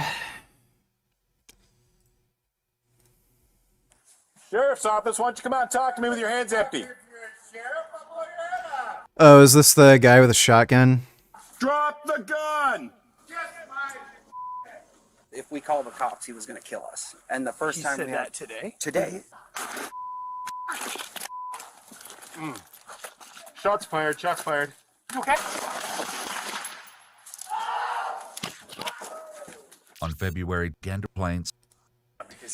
Yeah, I think they shot the that guy shot the cop with the birdshot pellets. You and I are. He opens his front door and makes his. I think they were. That's some pretty crazy shit. Thanks for that donation, Fuel. And if you're not experiencing that, you're always going to have this hint of insecurity because you know that she could be like that for another man or for you, but you aren't able to fuck like that. That is just fucking retarded. Let me tell you a realization that I've had that you might find valuable. If it doesn't feel like a workout, if I don't have to use discipline, I know that I haven't fucked well enough. That is, again, just stupid. This sounds like some kid who's only watched porn and doesn't know what, like, sex is actually like. You see, at level 1 of being a man, sex is about pleasure. That's why you watch porn. At level 2 of being a man, sex, it starts to become about companionship, connection, and love.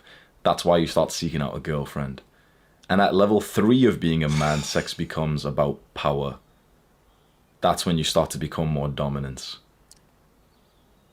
I don't have sex for pleasure anymore, and I know for Sure. Again, he says this because he thinks it makes him sound more badass.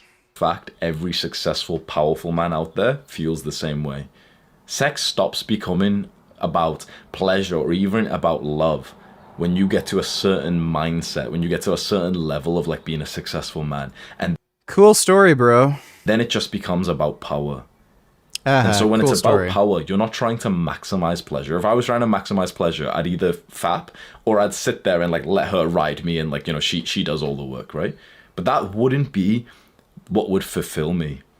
It's about sheer dominance. It's about having power over the other person. This guy is just such a fucktard. And so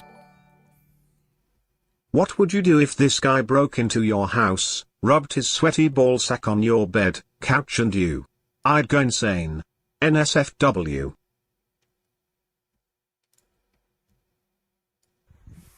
Get off my car. Mom? Yes. Get out of here. Please, help me. Do you want me to beat you up? There's a place parked. Please. There's a what? Do you want me to... Hey! Get the fuck away from my fucking house! Get the fuck out! Mom! He's on your car! Get off my mom's car! Come here! Get off! Somebody get me! Somebody get me! I'm calling the fucking... Yeah, call me! Come here! Call me, please! Please, help me! Come here! Please, help me! I got bacon! Now! Please! Get the fuck out of the fucking house! Yeah, I'd throw those sheets out. I'm gonna fucking kill you. The fuck is this guy on? Please help me! Help me! What the fuck? He's like taking a nap on the couch? Like what? Come on, please! Some random fucking naked dude started jumping on their car and then broke into their house and then sat his bare naked ass on her bed and then fucking went on her couch and then put blankets on. The fuck, dude? Yeah, I'd throw those sheets out. There's no way that guy would get inside if I was there, though. Like, that's fucked. Thanks for that donation, Jaquavius. So for the last part, pain is a way to enjoy that power. Everything that I'm saying needs to be done with consent. Don't be a fucking weirdo. Don't hold a woman against her. You know the fucking drill, right? Don't be weird with this. But that being said, it's like, you'd be surprised of how much the cute, innocent girl enjoys being spanked so hard that she's got, like, the hand marks on her ass. You'd be surprised that, like... You'd be surprised how many women don't like that. That cute Eastern European girl, of how loud she fucking screams when you fuck her. You'll be surprised of, like, basically every girl that you have sex with will enjoy being choked. Once you... Like, by the way, if he's being serious about this and sex isn't about pleasure, it's just about power, well, why doesn't he, like, tie girls up in a bathtub and just piss on them and use them as a toilet? Like, why doesn't he just do that? This is why, like, having experience as a man can be beneficial. You don't have to be a degenerate. Either go and get the experience just by, you know, being with girls or flirting with them at least, or at least go and learn that experience, that wisdom from another man like you're doing here. The first part of the system that I've told you, Do not get any relationship advice from this fucking loser. DAP, dominance, aggression, pain, is kind of like the sort of alpha male part of having sex. If you just use this, you will fuck to the point that girls will talk about you in like a very desirable way. But you won't really level up much of that sort of relationship. You are such a liar. Say you have torn vaginas. I have seen your penis and it's not big at all. Mine is. You have said 100 times that you only have had sex with Jasmine and one other girl and you tried with another. You have no experience with sex and you... Cool story. Let me see if I can censor the photo I have.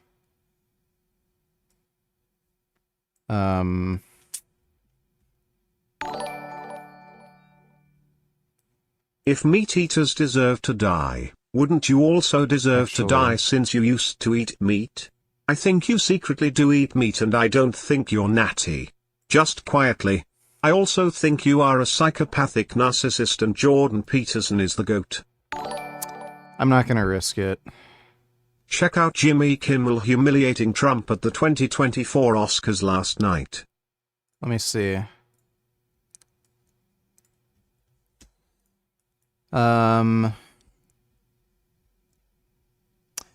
If meat eaters deserve to die, wouldn't you also deserve to die since you used to eat meat? I don't anymore. You could say I used to deserve it. I think you secretly do eat meat. I don't think you're natty. Well, I don't secretly eat meat and I don't do drugs. Just quietly. I also think you're a psychopathic narcissist and Jordan Peterson's the GOAT. Well, you're gay. Thanks for the donation, Vegan Gains. Everyone, I was just, you know, doing this show is not about me, and I appreciate you having me. It's really about you and Emma and all these great actors and actresses and filmmakers. But I was told we have like an extra minute, and I'm really proud of something. I was wondering if I could share it with you. I just got a review, and has there ever been a worse host than Jimmy Kimmel at the Oscars? His opening was that of a less than average person trying too hard to be something which he is not and never can be.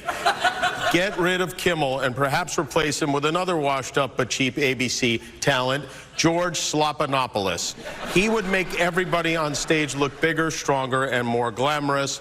Blah, blah, blah. Make America great again.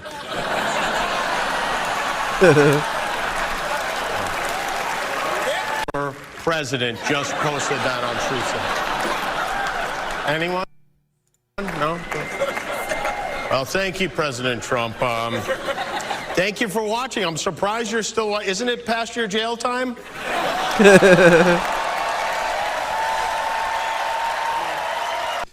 That's pretty funny. Thanks for that donation, Ben. Dodo donated $2. Last week at his State of the Nation address, Russia's President Putin threatened that any NATO country considering direct involvement in the war in Ukraine risked, quote, a conflict with the use of nuclear weapons and therefore the destruction of civilization. Oh, big surprise. Russia threatening to use nukes again. So let's see.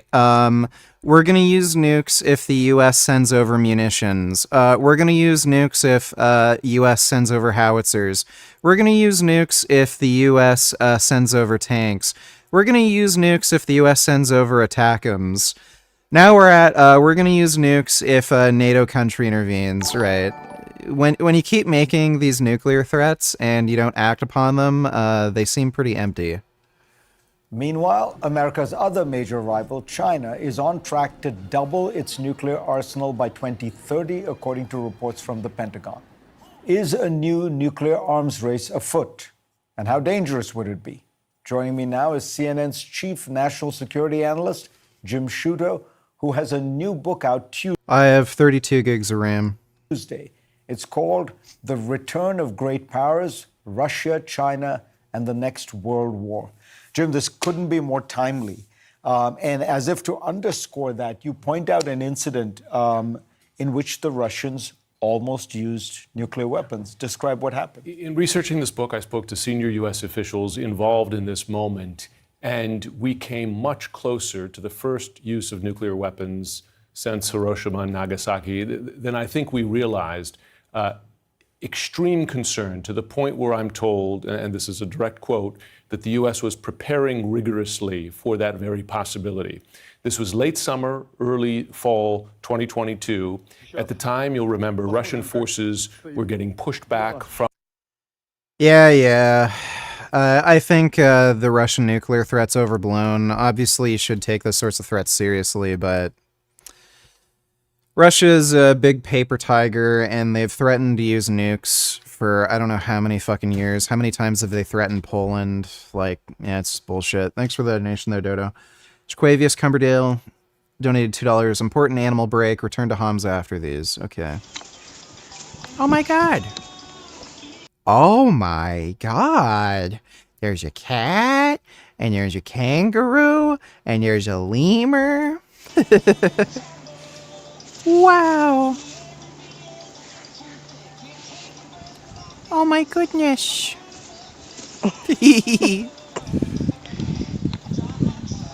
I really love lemurs. Lemurs are amazing. Oh my god, look at him. Wow, they're playing.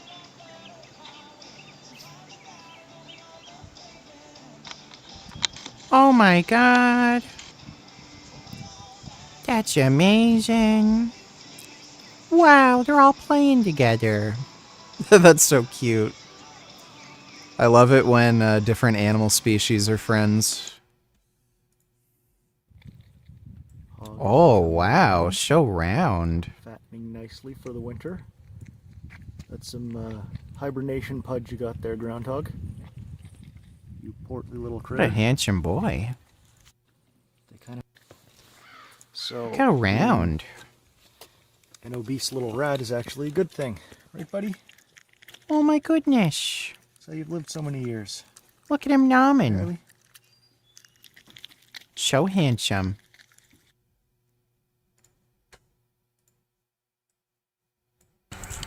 Ooh. Bandicoot. Oh my Pick him up goodness. if you can, Pete.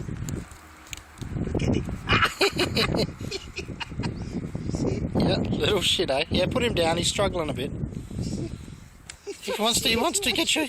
Gets my shit. He's like a bloody badger. Oh my goodness. Playing there. Wow. That's amazing. He does. Ooh. I love opossums. They're really nice, sweet animals. It's too bad they don't live very long. Oh my god, he's eating an apple. Wow. Oh my goodness, look at him chomping.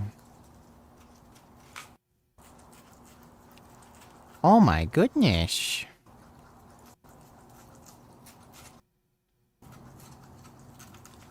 That's amazing. Thanks for the donation, Jaquavius. Appreciate it. Love side. So that's why at first, like when I was first sleeping with girls, I was just going full DAP, DAP. I was literally just utilizing these three things. And I was like fucking aggressively, like fully like jackhammer shit, right? And you know what was interesting? Girls came back. I should have told you this story beforehand, but you know, I started having sex when I was 19 years old, and I followed the advice from Reddit, from Pornhub, you know, like there was like these sex guides where you're supposed to use your tongue and spell out the fucking alphabet on a pussy and everything. I followed all of That's a new one. that advice. Kiss her everywhere, take her clothes off. And you know what? It really worked. I was so good at head on a girl. Yeah, don't write the alphabet on a girl's vagina. That doesn't make any sense. Fingering a girl so much that on average every girl that I was getting with was saying that I was the best head that they had ever had. Guess what? They never came back to fuck me a second time. These girls kept on saying that it was like the best orgasm, whatever. And every time I'd message them to try and go, you know, round two, see them again, they'd always be kind of busy. I would never be a priority. And I thought that was so strange. Up until the first time when I had like aggressive, like dominance, painful sex, like for her, painful sex. That's when... Didn't he say he lost his virginity to his first girlfriend at 19 and he was dating her for like 2 or 3 years? These girls started to come back to see me. And I realized why. Because any chump can go down on a girl and do the fucking alphabet with his tongue. But it takes a certain kind of man to Well, yeah, that makes sense. They're just trying to flatter you. You don't actually know how to eat pussy. pound a woman relentlessly. Because it's tough. Just the DAP system, the DAP, dominance, aggression, pain. You don't realize how tough it is. I sweat more It's not having sex than I do during like the Adonis protocol workouts where I'm hitting 2 heavy kettlebells and I'm fast paced and I'm Yeah, okay, cool story. Doing burpees, I sweat more and my abs hurt more, and I'm like louder and grunting more because it's a discipline, it's a power move. It's literally like I use the same discipline mindset to drop down and do 10 burpees as I do to fuck. It's very difficult. Most guys can't fuck like that. So if you just utilize DAP, you'll already be in the top like 5% of guys who fuck. But you'll be more of this sort of fuck boy, almost like the bad boy, which can be really nice, but you might not be establishing much of a connection with the girls. And so we need the other part, which is the DAP and CAP. So we need the CAP. The first is connection. We want to build up a connection, especially if this is a girl that you like, it's your wife, it's your girlfriend, and you don't want to just fuck her like just like a hoe. You want to have a bit of a connection. So how do you connect? Well, with eye contact. Stare into her eyes. Say something nice about her. In fact, connection can also be replaced with compliments. The single most time where I'll compliment a girl is when I'm actually having sex with her. Not when I'm about to have sex with her, not beforehand, not on the date, but actually when I'm literally inside of her. That's when I will completely and utterly validate her. Why? It's manipulative as fuck. Can you think why? Why would I compliment a girl like crazy when my dick's inside of her? Because a compliment is positive reinforcement. So you can say this is manipulative, it probably fucking is, but I studied psychology, so I know what I'm doing. Basically, when we compliment someone, it's positive reinforcement for us to condition them to act more like how they used to. This is what simps don't understand. If when you compliment a girl because she took a nice Instagram picture, you're reinforcing that behavior so she takes more Instagram pictures and she's more broken. You don't want to do that. The only one time you want to be completely like complimentative as hell is when you are literally having sex with her, because that's what you want to reinforce. So that's when I'm so cute. That's when I'm like complimenting them like crazy, talking about their eyes, hair, whatever I genuinely like about them. Dude, imagine having sex with somebody and saying your hair looks really pretty. That's when I come out with no hesitation whatsoever to say as much things, to show it with my eyes, my hands, my face, everything. I show how much I desire her, and she feels amazing. It's like I couldn't even explain to you like how happy I can see the girl when I'm like this. So that builds up a connection where she starts to feel like so nice when we're having sex, and she craves it more. So compliment her and connect, hold eye contact, kiss, put your, interlock your fingers, do the cute stuff like that. Especially if this is your girl, then you want to connect even further. Then the next part is A for auth. And you're supposed to be doing that while you're having sex with them so hard they're screaming and they're in agony. Authenticity. This means knowing what you like and doing those things. For the long time, I thought the sex had to be this routine of like, we kiss, I slowly undress her, then I go down on her, then I slowly undress myself, then she sucks me off, and then we have sex. And, I thought it was supposed to, that's what I had always seen online. Authenticity as part of this system means doing what you like because you really like it, rather than basically doing what you think you should. So I realized that there's ways that I like to fuck, positions, and the tempo, the sort of flow of things from the moment we're on the date to the moment we're having sex. I won't really, be too vulgar and tell you exactly what I like or anything. But you need to just figure out, if something doesn't feel good for you, if you don't enjoy something, don't do it. So for example, I for a long time never actually enjoyed going down on a girl. You can say it's selfish, whatever. I just didn't really fucking enjoy it. I really didn't enjoy it, but I kept on doing it. Well, it's because he's closeted and he doesn't like vaginas. Because I thought you just kind of had to. And what would happen was, I just didn't enjoy it so much. It would turn me off, and I'd almost struggle to get hard. There you go. Vaginas turn him off. Afterwards, it would just be a complete mood killer. Then I realized that I enjoy other things. I enjoy getting straight to it. I enjoy not just being on a bed, but being up against a wall or whatever. I don't mean to be vulgar and make you visualize me face fucking girls and stuff like that. But yeah, basically, I know what I enjoy, right? And so I push for that. And that means that I actually get way more pleasure. And the truth is, when you put yourself in that dominant position, she's in the submissive position. Girls really like it when you are experiencing pleasure. You'd be surprised up until you've experienced this. And every guy who fucks will know what I'm talking about. Girls find it so hot, and they'll get wet when you enjoy yourself. They kind of like it when you like basically use their bodies for your pleasure. Even like your wife, your girlfriend, they find that hot when they can see that you are really turned on, that you feel so good. And depriving yourself and her from that satisfaction is just stupid, just because you thought that you had to go through this step-by-step routine, or you have to do something that you didn't like. And you just need to... It's like the only advice in this whole video that makes any sense. Be authentic to yourself. People will... And girls are very good at this. Men aren't. So make sure you stay authentic to like focus a lot on your breathing for oh yeah, the breathing. $997 on this 999. Well, that was cringe. Black niggas for Richard's cock donated $2. Can't with these Republicans no more. And you've endorsed Donald Trump for president. Judges and 2 separate juries have found him liable for rape and for defaming the victim of that rape. How do you square your endorsement of Donald Trump with the testimony we just saw? Well, I will tell you, I was raped at the age of 16. And any rape victim will tell you, I've lived for 30 years with an incredible amount of shame over being raped. I didn't come forward because of that judgment and shame that I felt. And it's a shame that you will never feel, George. And I'm not going to sit here on your show and be asked a question meant to shame me about another potential rape victim. What? Why do you think Griffith kidnapped Casca? It's probably a power thing, and it's to get back at Guts.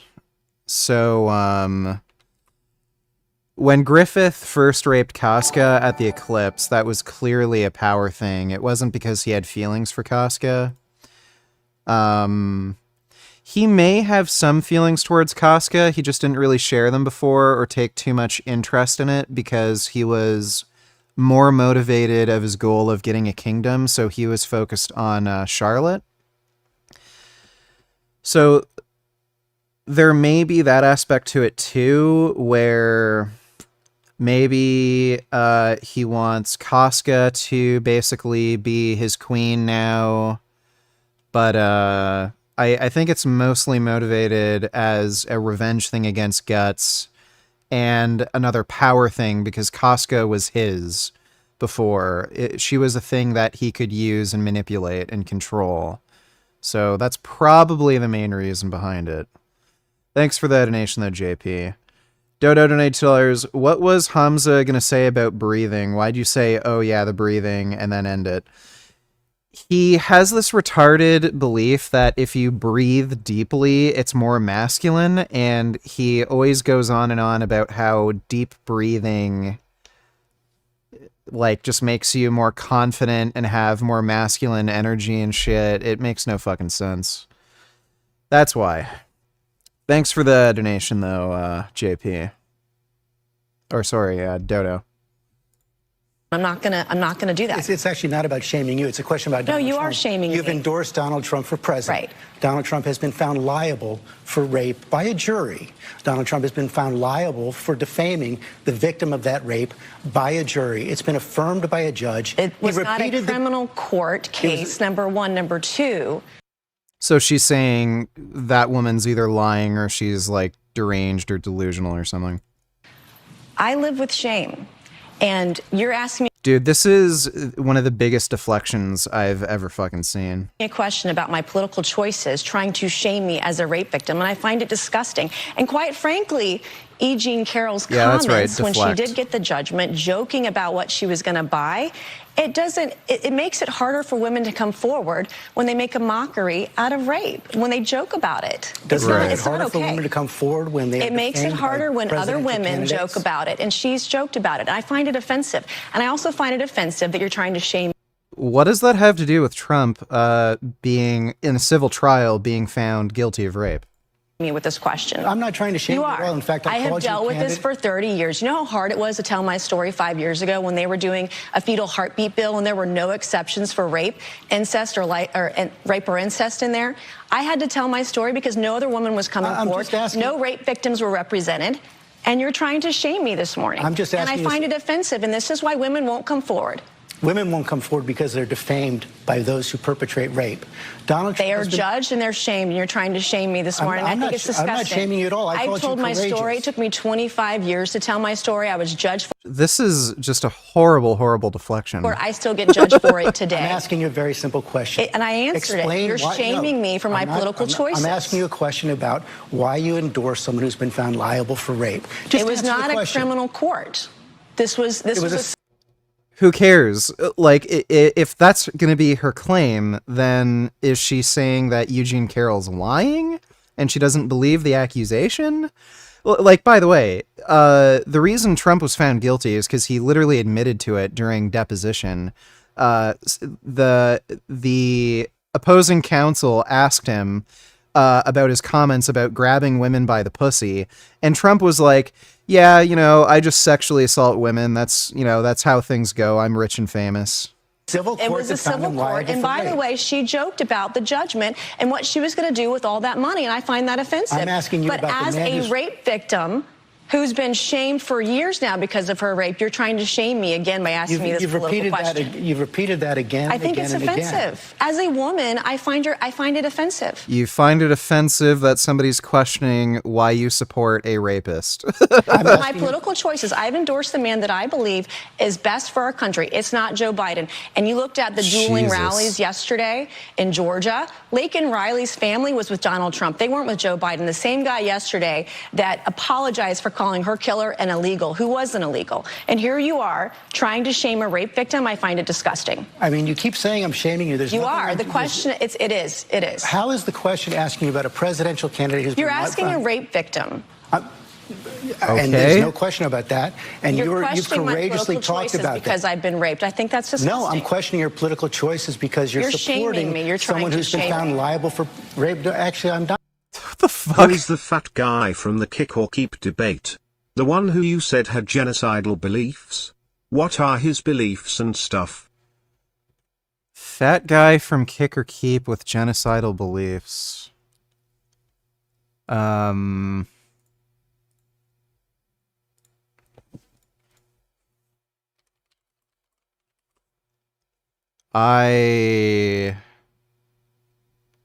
Kick or Keep veganism debate? The only... this guy? I don't recall. I don't recall having that debate on Kick or Keep. Thanks for the donation though, JP. Dodo $20. Trump winning the women vote with his argument, I'm a rapist. One of my favorite jokes from Stephen Colbert. Yeah. Like, and these people obviously can't just come out and say they think Eugene Carroll's lying either, because that also makes them look bad. So they just have to dodge and not answer. Thanks for the donation though, Dodo.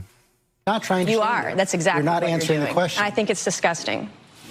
Well, you're welcome to say that, but you have to answer the question. Why are you supporting someone who's been found liable for rape?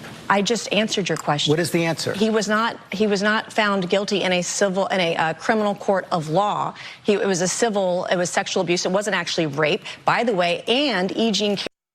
Well, it was rape. The accusation was that he penetrated her with his fingers. Carroll joked about all the money she's going to get and made. I don't know why that's a problem. A mockery out of this case, and I think that's offensive. There's a reason why women don't come forward, and when you have someone who says that they're raped and they make a mockery. Okay. Guess what? Eugene Carroll getting almost $100 million in that case. Women are gonna want to come forward. So if you're gonna accuse Eugene Carroll of anything, you can't accuse her of making women afraid to come forward with her accusations. Nigga Poo donated $2. Let me see.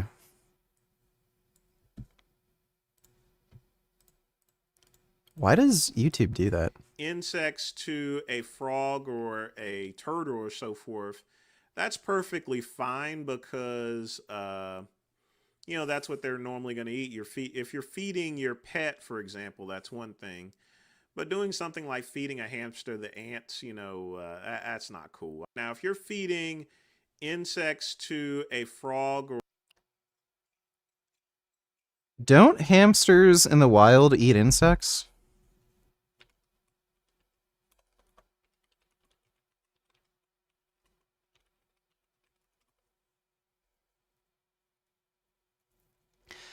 The exact nutritional requirements of the hamster are not known, but in the wild they are omnivores, meaning they eat both vegetarian food, plants, fruits, vegetables, and animal protein, usually insects.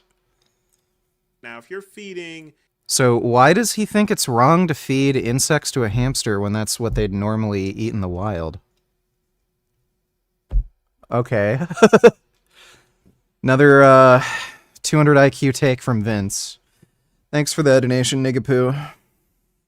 Out of this civil court judgment, it's offensive to other women. It makes it harder for other women to come forward when another woman has made a mockery of it. You said women don't come forward because they are afraid. They are afraid They're because judged they're defamed and shamed, by those like you're trying to shame me this morning. They are afraid to come forward, as you said, because they are defamed by those who commit the rape. That's what Donald And Trump they're has been found judged. guilty of doing. He defended himself over that and denies that it ever happened, but he was not found guilty in a criminal court of law. It was a civil So is that the judgment over distinction you're sexual making? abuse. A civil judgment is okay, but a criminal judgment This is not? different, and they didn't even input all of the evidence into the civil case either, because some of the information she provided wasn't even accurate or correct. If you were wondering what the...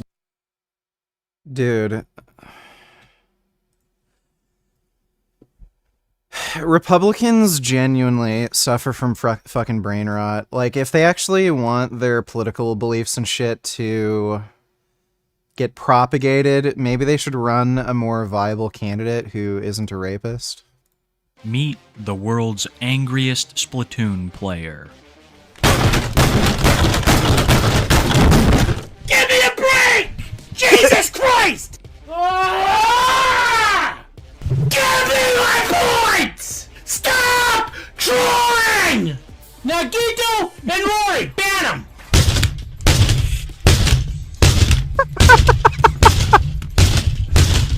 Dude, it's Splatoon.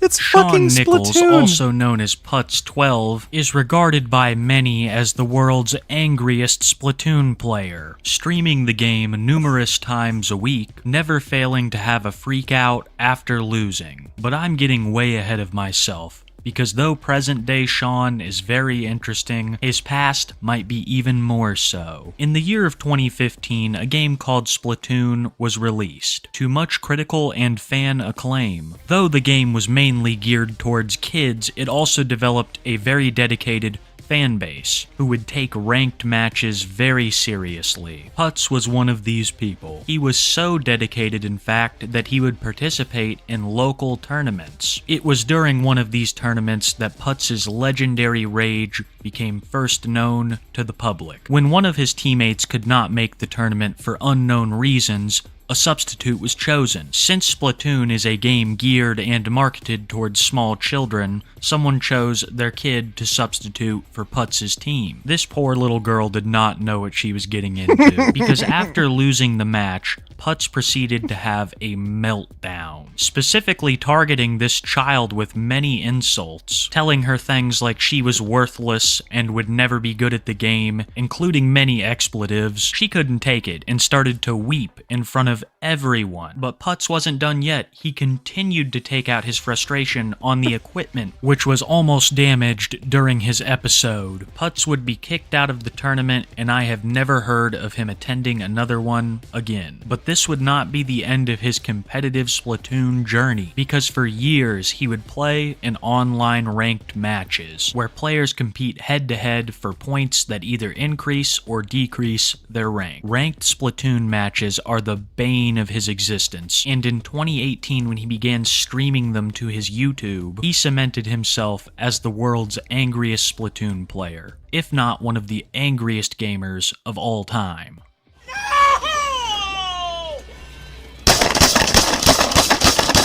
Come on!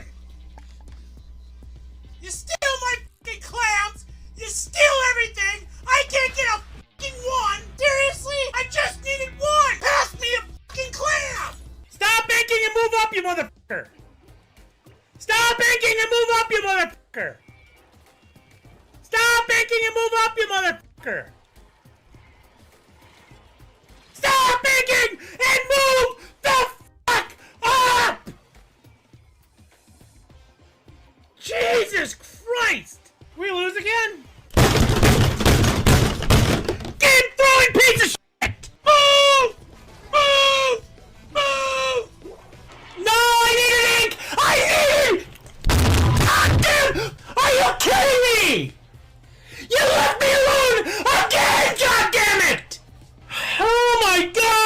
good!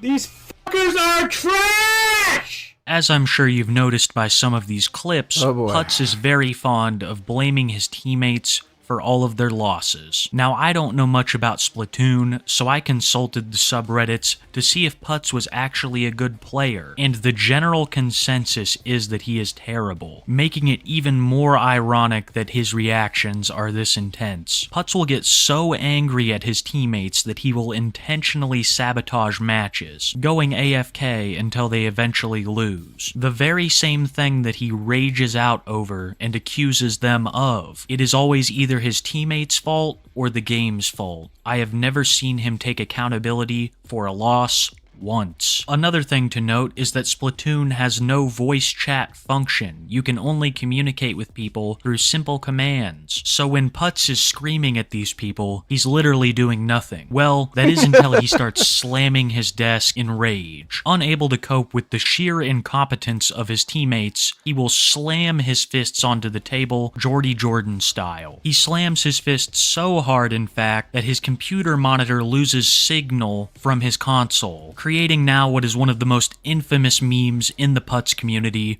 no signaling. Now, based on just how intense that event is, you would think that it's a rare thing, but this happens all the time, resulting in wonderful clips like these.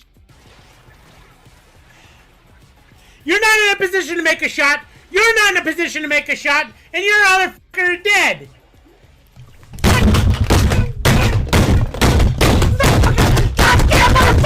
Goddamn motherfucker! I didn't think I'd ever see a grown man react this way playing Splatoon. Tired of this shit!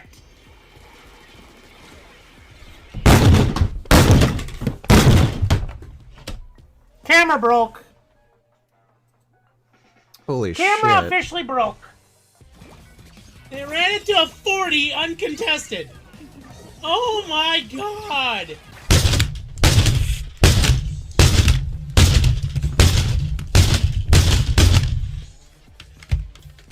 Jesus Christ, dude!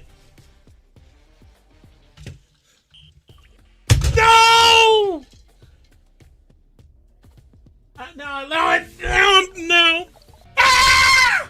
Now my fucking soda spilled! Coda, please! God damn it! I'm having a really bad fucking day! I don't want to pander to your fucking low signals!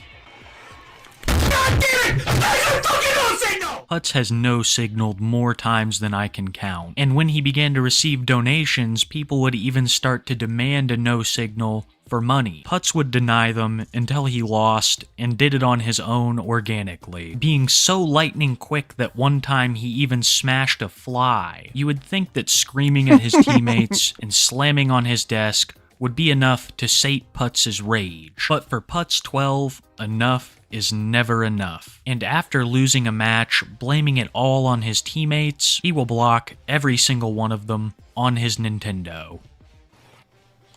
This motherfucker is just hacking as far as I'm concerned. There's no latency that can actually fucking do what the fuck he just did. How the fuck do you hack Splatoon on Nintendo Switch? And this bitch, get the fuck out, you fucking... Ugh. Ugh.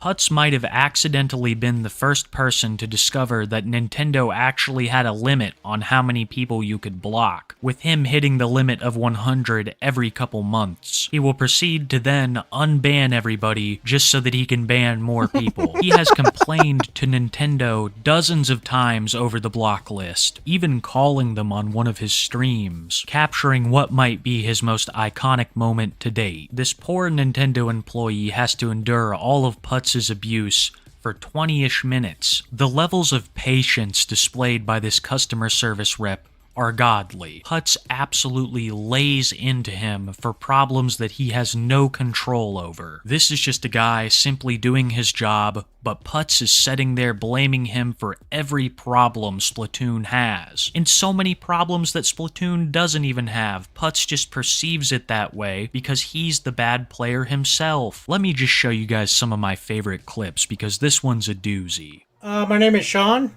Hey, Shawn. Let me get the notes pulled up here. What can I help you with today? Well, I was on hold for 46 minutes to get a hold of you, so that was amazing. Yeah, we are extremely busy right now. I apologize for that. So what can I help you with? So I am pretty livid over everything about Nintendo at the moment, so yeah, to get started, your online system, the pay for online is complete trash. Yeah. Like, complete trash.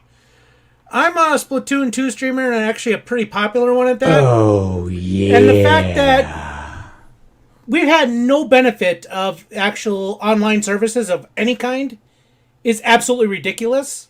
And the fact that I can't block them, ban them, or anything to get rid of them is completely asinine fucking retarded. Pardon my language, but this is getting out of fucking hand. And I'm so sick and tired of calling in. I'm gonna have to ask you to stop swearing. You're going to have to ask me to stop swearing? I'm going to have to ask you to please get this, everything working correctly. Because this is just crazy about the harassment I'm having to deal with every time. And if you can't handle me swearing because I'm getting constantly harassed, then that's a goddamn problem. Now, I am absolutely sick of being harassed online. I'm sick of having no benefits for paying online services, from either expanding my block lists, friend lists, and quality of service from the actual connections, just latency, the horrible... I swear, I am going to have to end the call. Sir, I am trying to help you, but we all have these rules. Anyone would have to tell you the same thing. I would have to end the call if you continue to swear like this. Ugh. Like, I'm trying not to swear right now, but it's just so bad. And then on top it off, horrible, just team comps, the pairing systems, the point systems, and then to top it off, I'm getting harassed with players online that have to come into my lobbies and intentionally lobby snipe me just to throw games. In Japan, they don't have any of this crap. Believe me, I understand your frustration with all this, and I will be making your comments available to other departments to review. I apologize you've been having such a disappointing time. This guy's a grown man. And Give me my fucking money! Sorry about that. Pardon? Sorry about that. Somebody subbed to me. It's my sub notification. I don't see the point of reporting on the app anymore. Give me my fucking money! God damn it, guys. Yeah, I just don't see it. There's just nothing happening with it. It doesn't require much room for... Give me my fucking money! It doesn't require much room for the system storage or any information to be done, so I don't see why there's a limitation on that to begin with. There just should not be. And that's another big one. Yeah, buddy, I'm sorry, but I'm gonna have to ask you. Give me my fucking money! Keep going. Pardon me? This is really bad. Pardon me? I can see that you're streaming right now. Yep. I am streaming. Yeah, I'm saying that the distractions are, that the notifications are being pretty distracting, and given the language, I am gonna... Give me fucking money! Guys, quit subbing for a minute. Let me see if I can mute that. Oh my god. He just ended fucking call! I could not imagine calling a game company and asking them to bend the rules because I cannot play as well as I thought I would. But Putz isn't just asking, he's demanding, he's screaming that they change the rules. And change the rules they did. In Splatoon 3, you can no longer block people, you can only report them, which Putz does probably more than any other Splatoon player in the game. I'm not even joking when I say he might have reported hundreds of players by now, genuinely endangering them from playing the game just because he doesn't like how well he played. I am not joking when I say that Putz has almost... Is this guy a competitive eater? single-handedly made the Splatoon community known as toxic. Granted, there are a number of other elements which I will not get into here, but whenever Splatoon toxicity is mentioned, Putz is almost always referenced. The game doesn't even have a voice chat, which leads me to believe that this is almost single-handedly the Putz streams. But like I've said before, he will always blame his teammates. A prime example of this in-game would be a mode called Rainmaker. Rainmaker is one of the 3 modes of the original Splatoon. The whole premise is that there is one device called the Rainmaker, and only one person can control it. It puts out a ton of ink, which goes well with the goal of trying to ink the map. Each team is fighting over the Rainmaker for the whole round. Why I'm mentioning all of this is because it's Putz's favorite weapon. Why does he want it, you ask? Because it's overpowered. And there's only one of them during the entire round. Putz greedily hoards this device, and cannot stand it when anyone else uses it. Some of his most rage-filled moments come from him either losing the Rainmaker, or one of his teammates picking it up. I hate these f***ers! God damn it, man!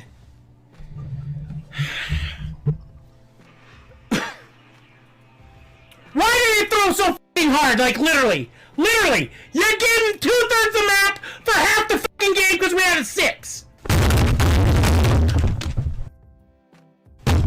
You son of a bitch! You son of a bitch! You son of a bitch! God damn it! I'm not gonna play Splatoon. Give me my points! Stop trolling! Stop trolling with everything you got! You asshole! They will not let me grab the Rainmaker! They will not let me grab it! They will not let me grab it! Dumbass! Dumbass! Dumbass! Dumbass! The irony of all of this is that the Rainmaker is probably in better hands with Putz's teammates. Donate Tellers, imagine if you had to live with a non-vegan roommate, how would you cope? I guess it would be more a matter of them coping than me. But thanks for the donation, Dodo. Oh, sorry, live with a non-vegan roommate. I'd have to get my, I'd have to get a separate fridge, for sure. Might even get a, like, separate cooking surface in different pots and pans and shit. Thanks for the donation, though, Dodo. Despite his reactions to them claiming it. All of this has been going on for almost a decade now, and nearly nothing has changed. Putz has behaved the exact same way since Splatoon 1. The only thing that really changes sometimes is around Christmas. The majority of his streams are without a camera, but in the spirit of Christmas, Putz will face cam up for an event that he calls Putzmas. And it's a crazy thing to see him rage like this on camera, because then you can visualize how all the other moments went as well. To be honest, Putzmas is exactly what you'd expect. Help me! You fucking shoot! Ink, do something! God damn it!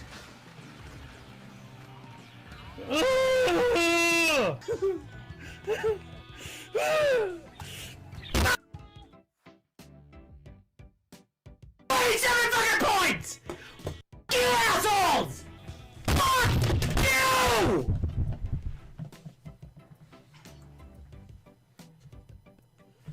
God damn it! You game throwing pieces of fucking shit! What the f*** are you doing? Fucking 2v1! You're fucking kidding me!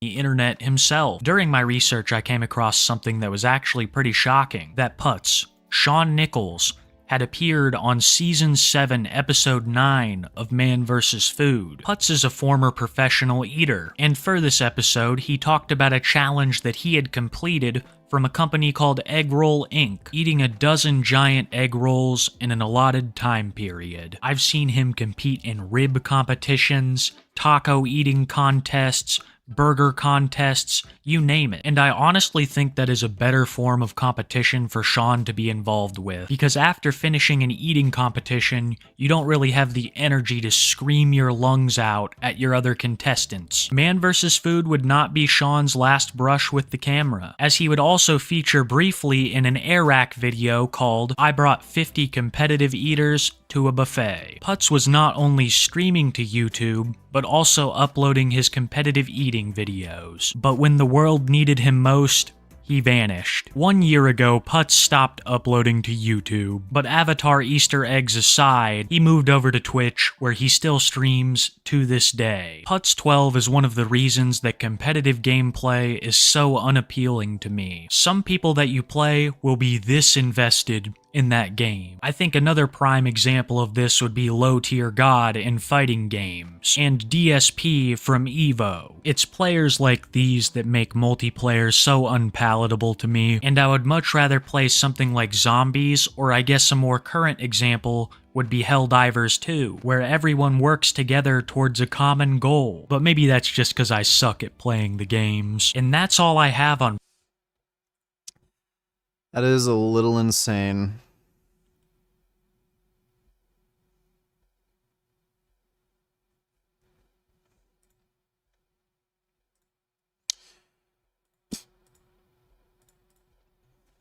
Paul Saladino workout. You know what, I think we'll react to this tomorrow.